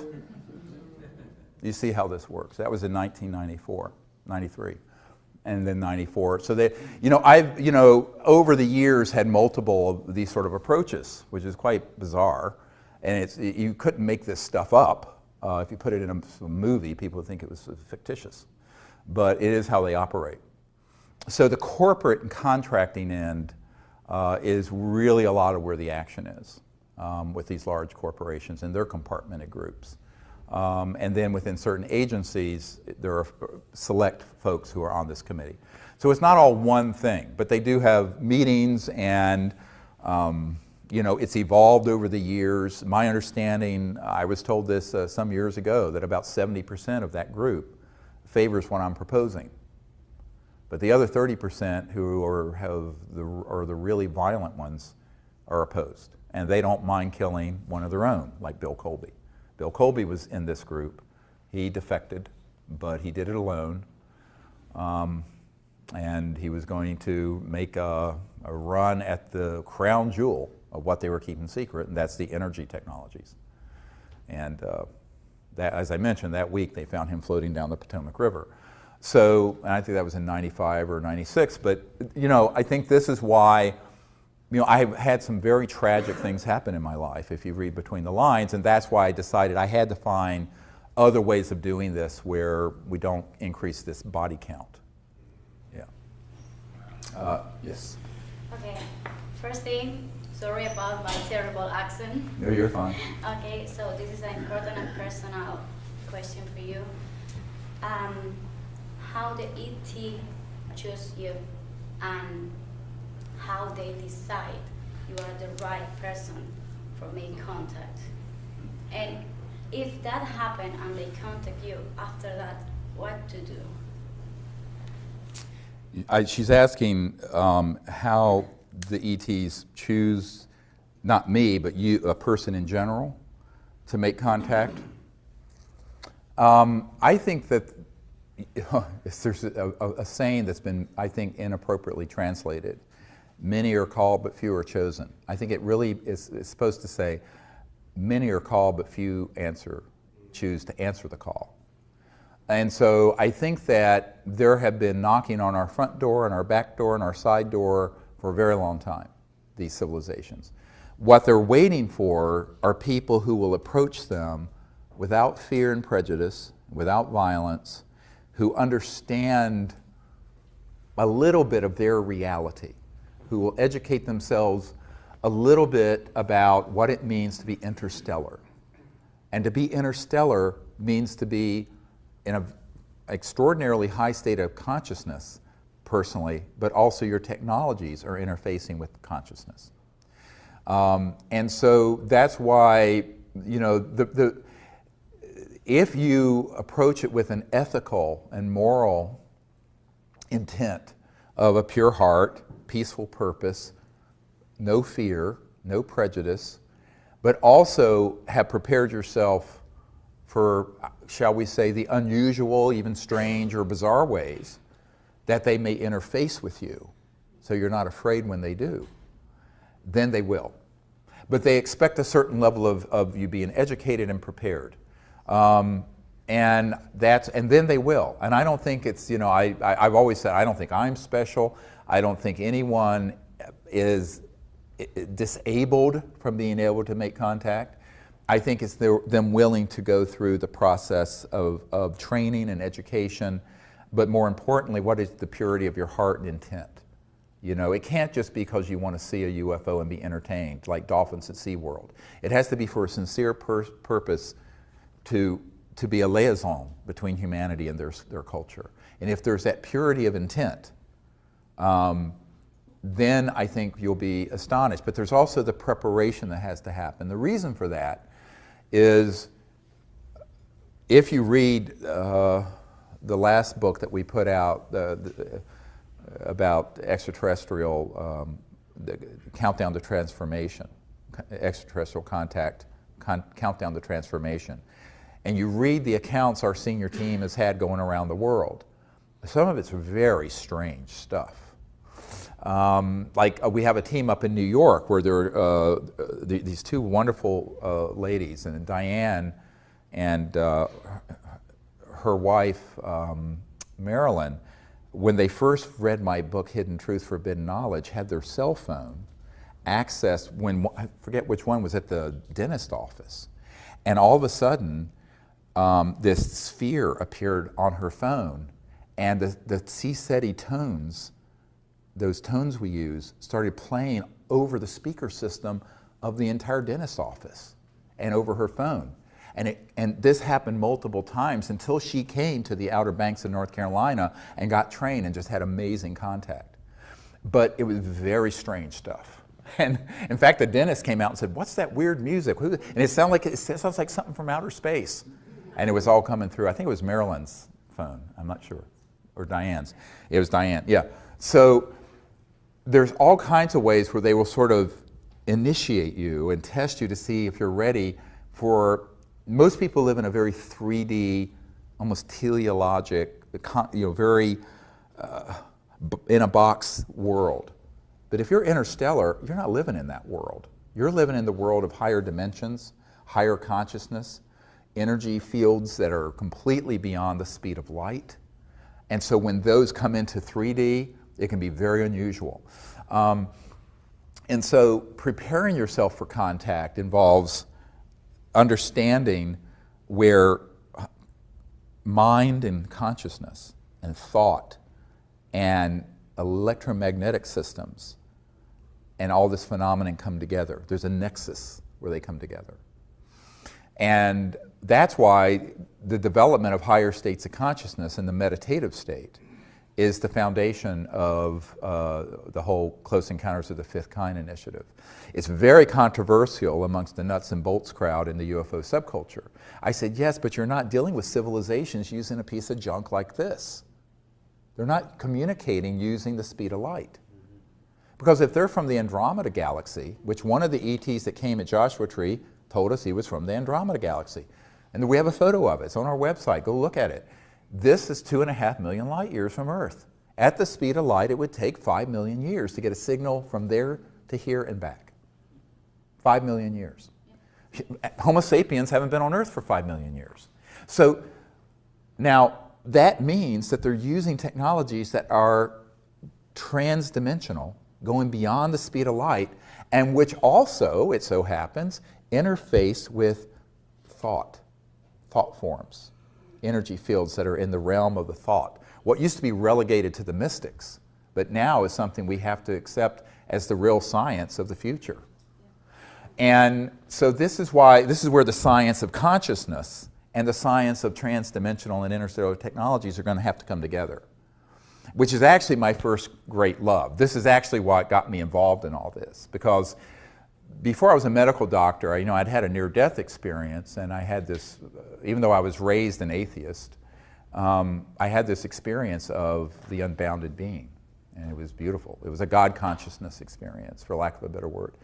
And I realized that the mind, the consciousness within every single person is infinite, and everything is folded within it. So I began to learn meditation and became a meditation teacher. I was a meditation teacher before I was an emergency doctor. And what I learned was that this became key, and that's why right after, 6 months after that near-death experience, I had this amazing contact experience that I recount in Hidden Truth, Forbidden Knowledge. But I think that it makes total sense, and it's the sort of thing nobody really wants to talk about in polite circles scientifically, because it sounds too weird. But if it's not a little weird, it's not extraterrestrial. It's probably something from Lockheed. And so educating yourself about the nature of where consciousness and thought and these technologies interface with their technologies. And in 1991, I wrote a paper that's in the first book I wrote, that's called The Comprehensive Assessment of the UFO ETI, Extraterrestrial Intelligence Subject. And in it, I talk about technology-assisted consciousness and consciousness-assisted technologies, where the mind interfaces with these both ways, where the mind can interface with technology, but also where technologies can augment and project thought and awareness more accurately. And that's what these civilizations had. I got a call from a senior aerospace engineer at McDonnell Douglas Aerospace that became part of Boeing Phantom Works. They had their own Phantom Works, became part of Boeing covert programs, but it was still McDonnell Douglas back then. And he said, "How do you know this? This is the most accurate assessment any of us have ever read." And it turns out he had been on all kinds of committees, had known old man McDonald at McDonnell Douglas, and was on the Condon Committee to look into this at the University of Colorado in 1969. But he said that it's going to get you in a lot of trouble because it sounds a little far out there. And then he related me a story. He says, I was researching a case for McDonnell Douglas years ago, and it was in the Baja California in Mexico. And a craft had materialized, and this ET just appeared outside of it. And he had sort of a little, like a little black box, or rectangular box here at his solar plexus. And the person who had the encounter said that as clear as you would hear words in your ears, this being was communicating with his mind. And he was thinking back, and he knows that this device was receiving it and augmenting it and facilitating it. And it was going back and forth, all through thought. And he said that was a very, very solid case. He interviewed the people directly. And I said, well, that doesn't surprise me. I said, how else are you going to communicate interstellar? You have to go at the speed of thought, not the speed of electromagnetic signals. Now, this, of course, opens you up into the ridicule of the tinfoil hat crowd. But there is a serious science. And by the way, it is why the people at the science director at the CIA and other places know that we're onto the real thing. I had an NSA guy come up to me and said, they're very mad at you because you figured out the Rosetta Stone of contact. And it involves consciousness and thought, transdimensional physics. But it is also the thing that gets you in the most trouble the most quickly in the conventional world. Mainly because the conventional world has been miseducated about science, technology, consciousness, religion, thought, everything. I mean, it's almost like everything you know is wrong, but, or partially wrong. But that's where you get the preparation, is really in developing your state of consciousness and having this intent. And then you just go out there and put yourself at service. And if you say, I'll be at service to doing this, almost anything is possible. Does that answer your question? Yeah. Okay. Yes, ma'am. Would you care to comment on the Millennial Hospitality Series? And I don't know what that is, so I can't comment. It's about... Remember, I don't look at any movies and look at any books. Everything I do is original. So unfortunately, I don't consume internet stuff at all. Or someone else. Yes, sir. Have you been monitoring the discoveries of the Ocean X team, their work over the Baltic Sea? No, I have not been monitoring Ocean X. Yes, sir. What are your thoughts on crop circles? And do you have like certain messages you think that they're trying to send through these? Great question about crop circles. And by the way, just hold Colin Andrews in your thoughts and prayers. I got an email late last night that he is in critical condition, is at Yale University Hospital with a type of heart condition, and he is in really critical condition. He's the premier crop circle researcher. He's a really good friend since 92, 91. So, I was shocked to hear this last night. But I would say that, the majority of crop circles at this point are hoaxed. However, the ones that have been authentic are really amazing. The problem is sifting out the noise from the sound. It's just like UFOs. What part of it's man-made and disinformation and hoaxed, and what part of it is real. But my own sense of it is that it's certainly a way that they're trying to visually convey almost archetype knowledge of symbols and shapes and, if you will, sacred geometry through a very visual medium, transdimensionally. And the way I think they're created, because Colin Andrews and I interviewed a farmer, believe it or not, his name was Mr. Bull. It's like, you can't make that up either, near Alton Barnes. And he had been out on his farm in daytime, and there had been a crop circle that had formed, and then he was there when this energy field just came out of the sky, and it was like a mobile black hole. And it came down, and all of a sudden, everything started swirling and moving and bending down around it. And what I figured out by studying the real crop circles, and the CSETI logo is a crop circle that we communicated visually to the ETs that they put into a field in 1992. And that whole story is a fascinating story. But what I figured out is that what they're doing is that they're augmenting or increasing the gravitational field over a certain area over with a template, if you will, like a cutout, like a blueprint, electromagnetic blueprint, that then goes and lays this down very quickly. Now the ones that are hosts are just smushed down, but these are very fascinating. And so if you can imagine creating a counter-rotating electromagnetic field that causes levitation, which is what anti-gravity is, in a certain resonant frequency, using crystalline materials and nanocrystalline materials. I mean, we know exactly how this works. But then reverse that. You're increasing the gravitational field, so you can have an object way out in space, and it kind of targets an area very specifically and can create this energy field that then pulls the crop down instead of lifting it up, but in a very specific pattern. It goes very quickly. And that's how we figured out how they're making it, how they're making the authentic crop circles. Yes? Are we finished? Have you heard of the Kesh Foundation and any of his work? Yes, I've heard of them. We've corresponded, and we've asked for, evidence of proof of principal operation and never gotten anything. So we're still waiting to see if they have anything. It's easy to make a claim. Our requirement, as you know, for these energy technologies is transparent conveyance of them to us with transparent testing, but more importantly, third-party creation of the effect, which is the sine qua non of science. If it's not reproducible, it's not science. It has to be reproducible. And so that's what we've asked for, but we haven't gotten anything in response yet. So, yes, sir. You spoke about how difficult it would be for a craft to come down without getting shut down, that there are so many things in place that as soon as they would show up, somebody's there right away.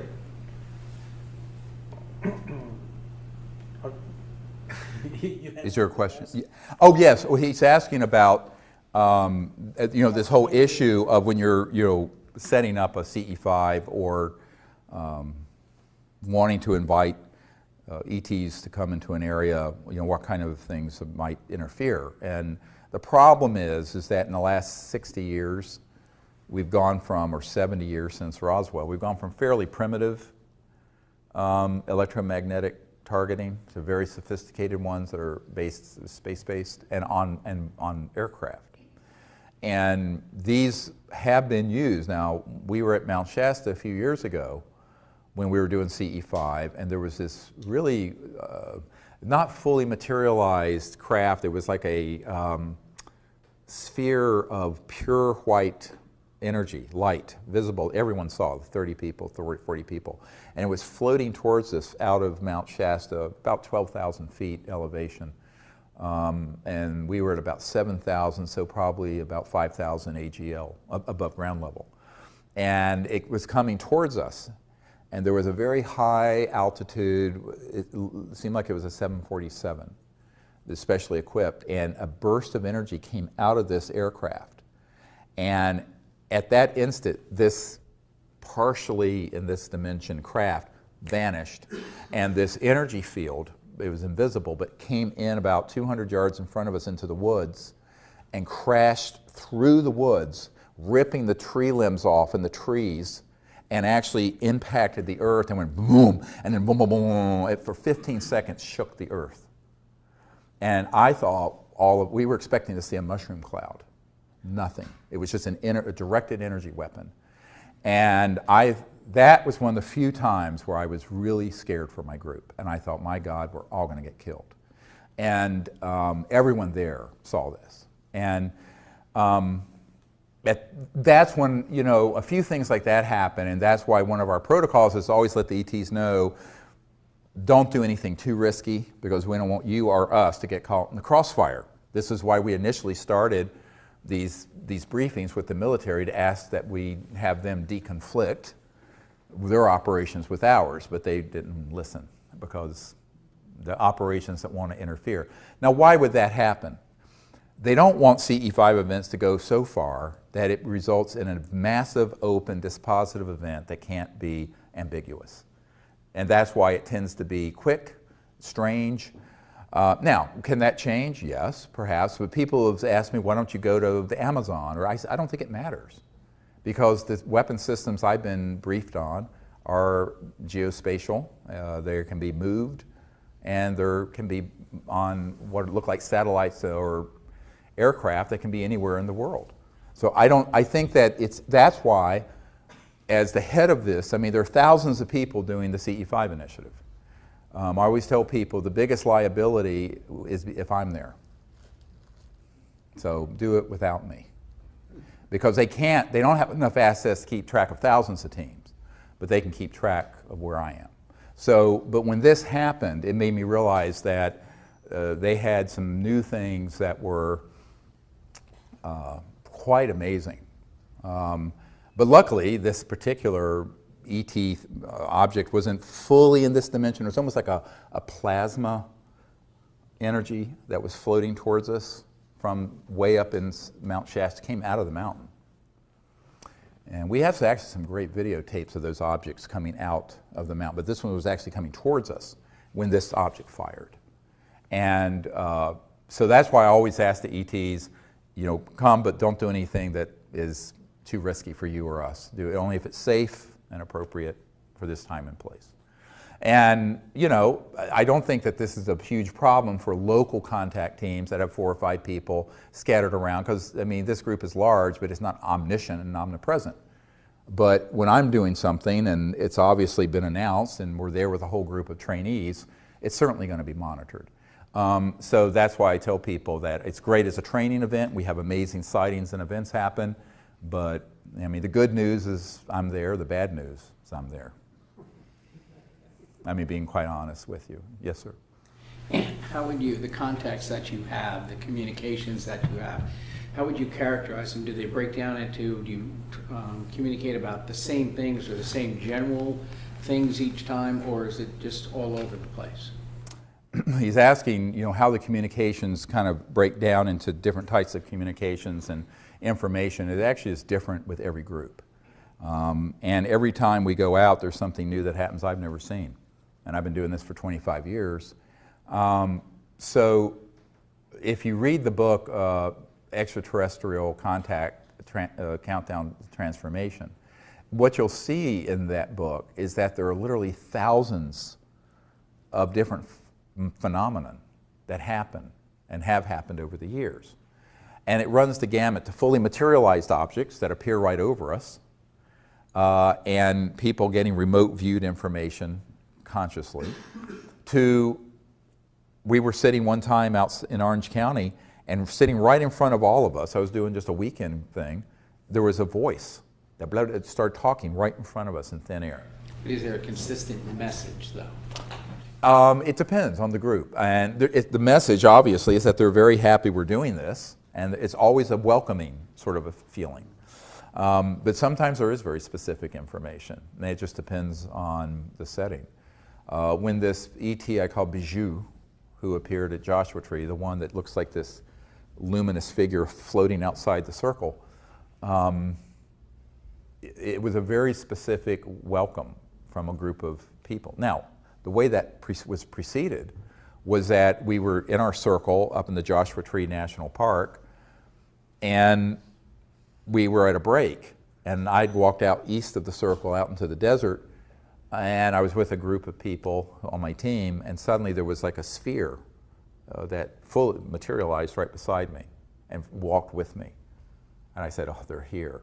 So we went back to the group to get people back together, because they were all scattered. There's 30, 40 people in the desert. And it's pitch black. And all of a sudden, we hear a group of 4 or 5 ETs talking. And they're outside the circle to the southeast. And we could hear, mostly, it sounded like female voices except for one. I heard a male voice. And by the way, almost everyone heard this. And I have these really good night vision binoculars, like generation advanced. And there was nothing there where you heard these people talking. So I turned to everyone, I said, we need to get back together in coherence and sit down. And I asked someone to take a picture. So Raven, a member of my team, was just holding her breath, but she didn't have a tripod, and took a picture, 3 or 4 second exposure, and in it is this being floating right outside our circle, turned and waving. not photoshopped. That is the single most important picture in the history of the UFO subject, because it was a CE5 diplomatic initiative that ended up having photographic proof of it, or a contact team.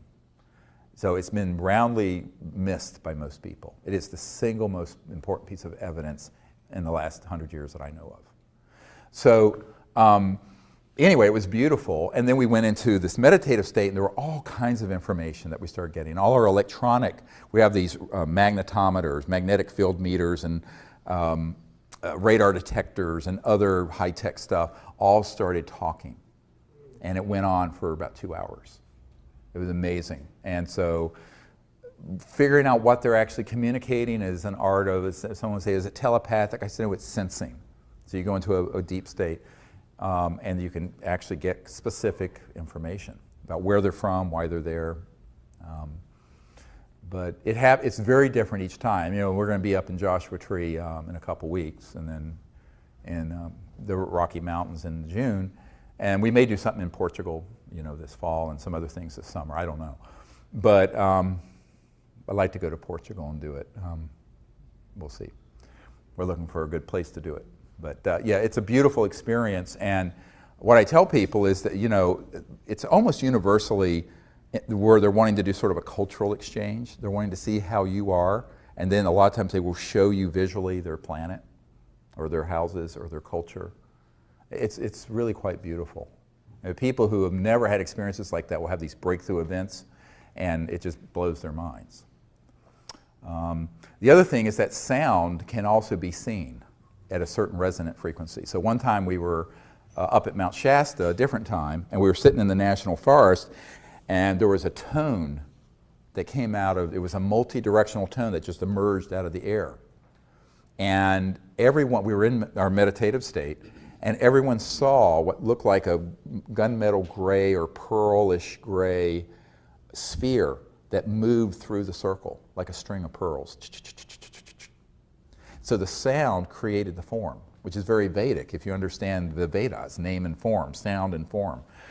And that was definitely ET. And it was astonishing because almost everyone sitting there heard and saw in their visual image the same object move through. Beautiful. So, yes. When I was watching the testimony from the National Press Club, there were witnesses that mentioned seeing objects on radar moving at very high speeds and at right angles, right. Which to me means that they must be dematerialized if they had any life forms on board. Otherwise, they would have been smushed by the momentum of the right angle.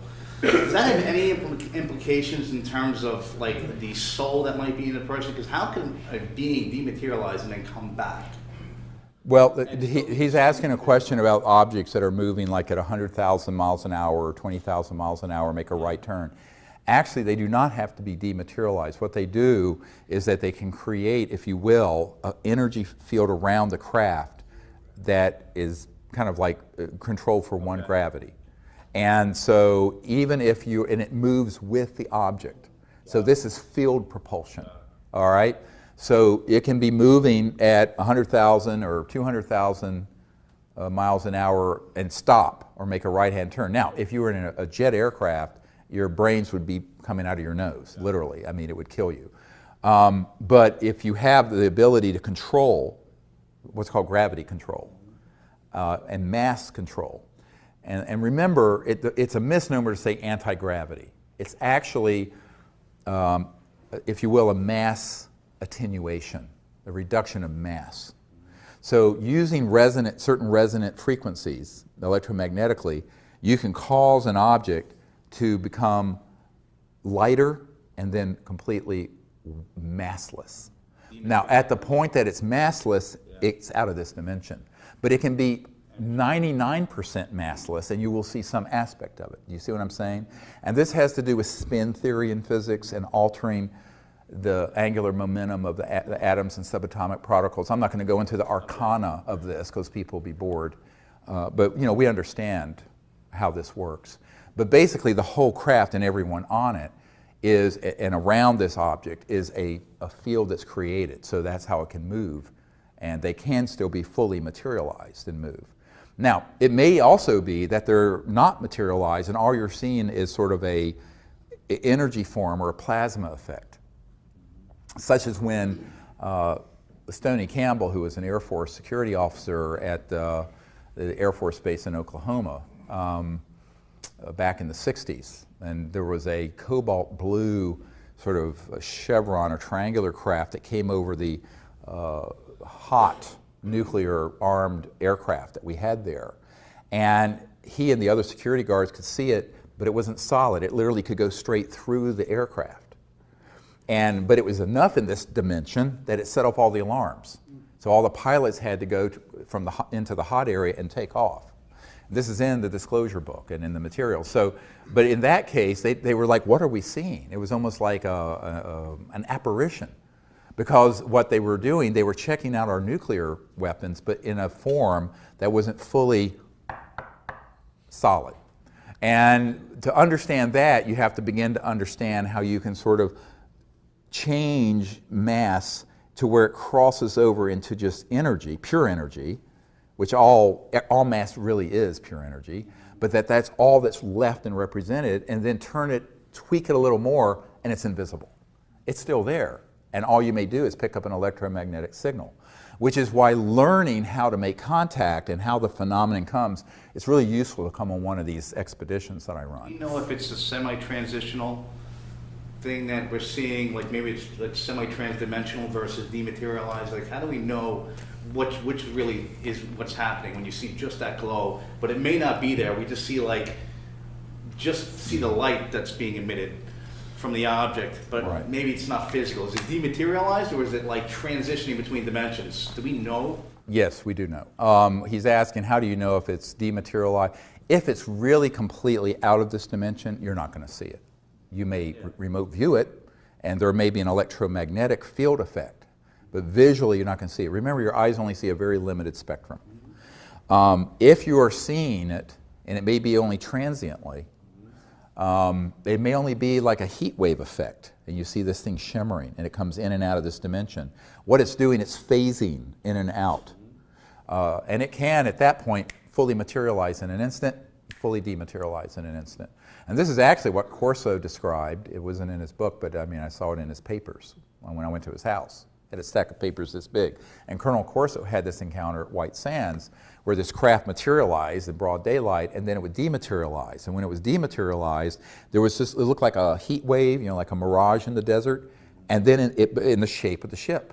And then it would go click and be fully materialized back. And it did this back and forth, showing him. Well, within the same dimension does it do this, or is it transitioning between dimensions as it does it? And that's what I'm saying. It's going from 3D into other D. Got it. Okay. But, it's like a radio waves. If you imagine, the old tuners where you can turn, and sometimes you will hear two stations at once on the old AM radio dials, where you turn, they can sometimes be in multiple dimensions simultaneously. But that, this is a really advanced discussion of the technologies. But, yes, we do understand how they do it, and classified programs have also experimented with doing the same thing. We have time for probably, what time do you guys have? 5:58. We have 2 minutes before we're supposed to take a break. Is that right? Yeah, just for me. Yeah. So let's see. I'll take someone who hasn't asked a question yet. Yes, sir.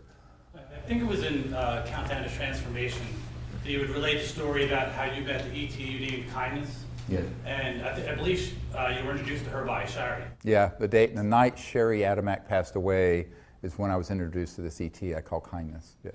So my question is, do you continue to have encounters with Kindness and with Shari? And also, is it common to encounter people who have passed away when you have encounters with ETs? Yes, is it common to have encounters with people who are passed away also when you're having encounters with ETs?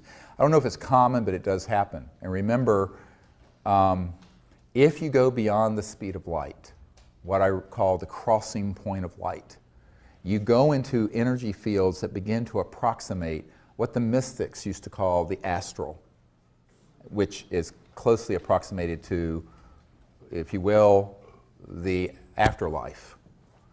That astral aspect of your body. So the night that Sherry Adamak passed away, I had this, I awakened in this lucid state, and she was there introducing me to this ET with a perfectly round head. I mean, exactly round, not elongated at all, and and completely hairless, and very, very kind. I call her kindness because she just emitted this kindness.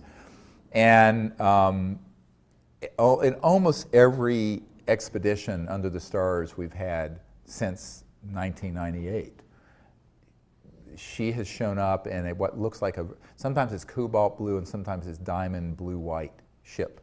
And often it'll come in and make a curve and then go back out and dematerialize. But and it's that distinctive, it's very distinctive. So yes, we have. And my understanding is that she's a very senior diplomat with an interstellar coalition, very enlightened. And it's sort of like the Bijou, when we had this experience in Joshua Tree. The amount of just the development of consciousness of these life forms that have explored the cosmos for thousands, some of them millions of years, it's just stunning. And the intelligence. So yeah, that continues to happen. And it's very unusual that we're out on one of these week expeditions where we don't see that ship. Do you ever see Shari anymore? Yeah, I mean, I'll have dreams with her, yeah. And by the way, the lucid dream is an amazing tool because it's, buried within everyone is everything.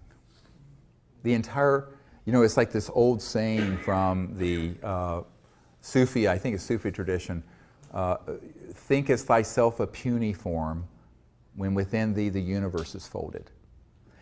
In other words, it's a rhetorical question. You're not just some little thing. Through the structure of consciousness and mind, the entire cosmos is folded within every single person, like a quantum conscious hologram. So we're all conscious quantum holograms, and the entirety of the cosmos and creation is folded within every single one of us. So that's why you can have a lucid dream or be in a meditative state and see other worlds and see other places or even other dimensions where people have passed on. And it's quite beautiful. Now, trying to prove that scientifically, but it's a global experience. I mean, there's so many people who've had lucid dreams of something that's happened the next day. I mean, so there's empirical evidence, but you can't prove it. But ultimately, I think in the future we will have the ability technologically to prove these things. And until then, we can use, what God gave us, our own consciousness and thought and mind, and create a new world. Well, with that, I think it's a great place to end. It's a little after 6. I want to thank all of you for coming. We'll have time to hang here for a little while. And I just want to say in closing, really the key thing to disclosure and to contact is people stepping into their own power and not waiting for other people to do it. Because if you wait for others to do it, it will never happen. This is something that has to be a grassroots, mass consciousness event. And the next phase of disclosure is going to be exactly that. And the more that people understand that and actually do it, instead of just thinking about it, the more rapidly we're going to get to this next level of our civilization, the future of which is beautiful if we get it right.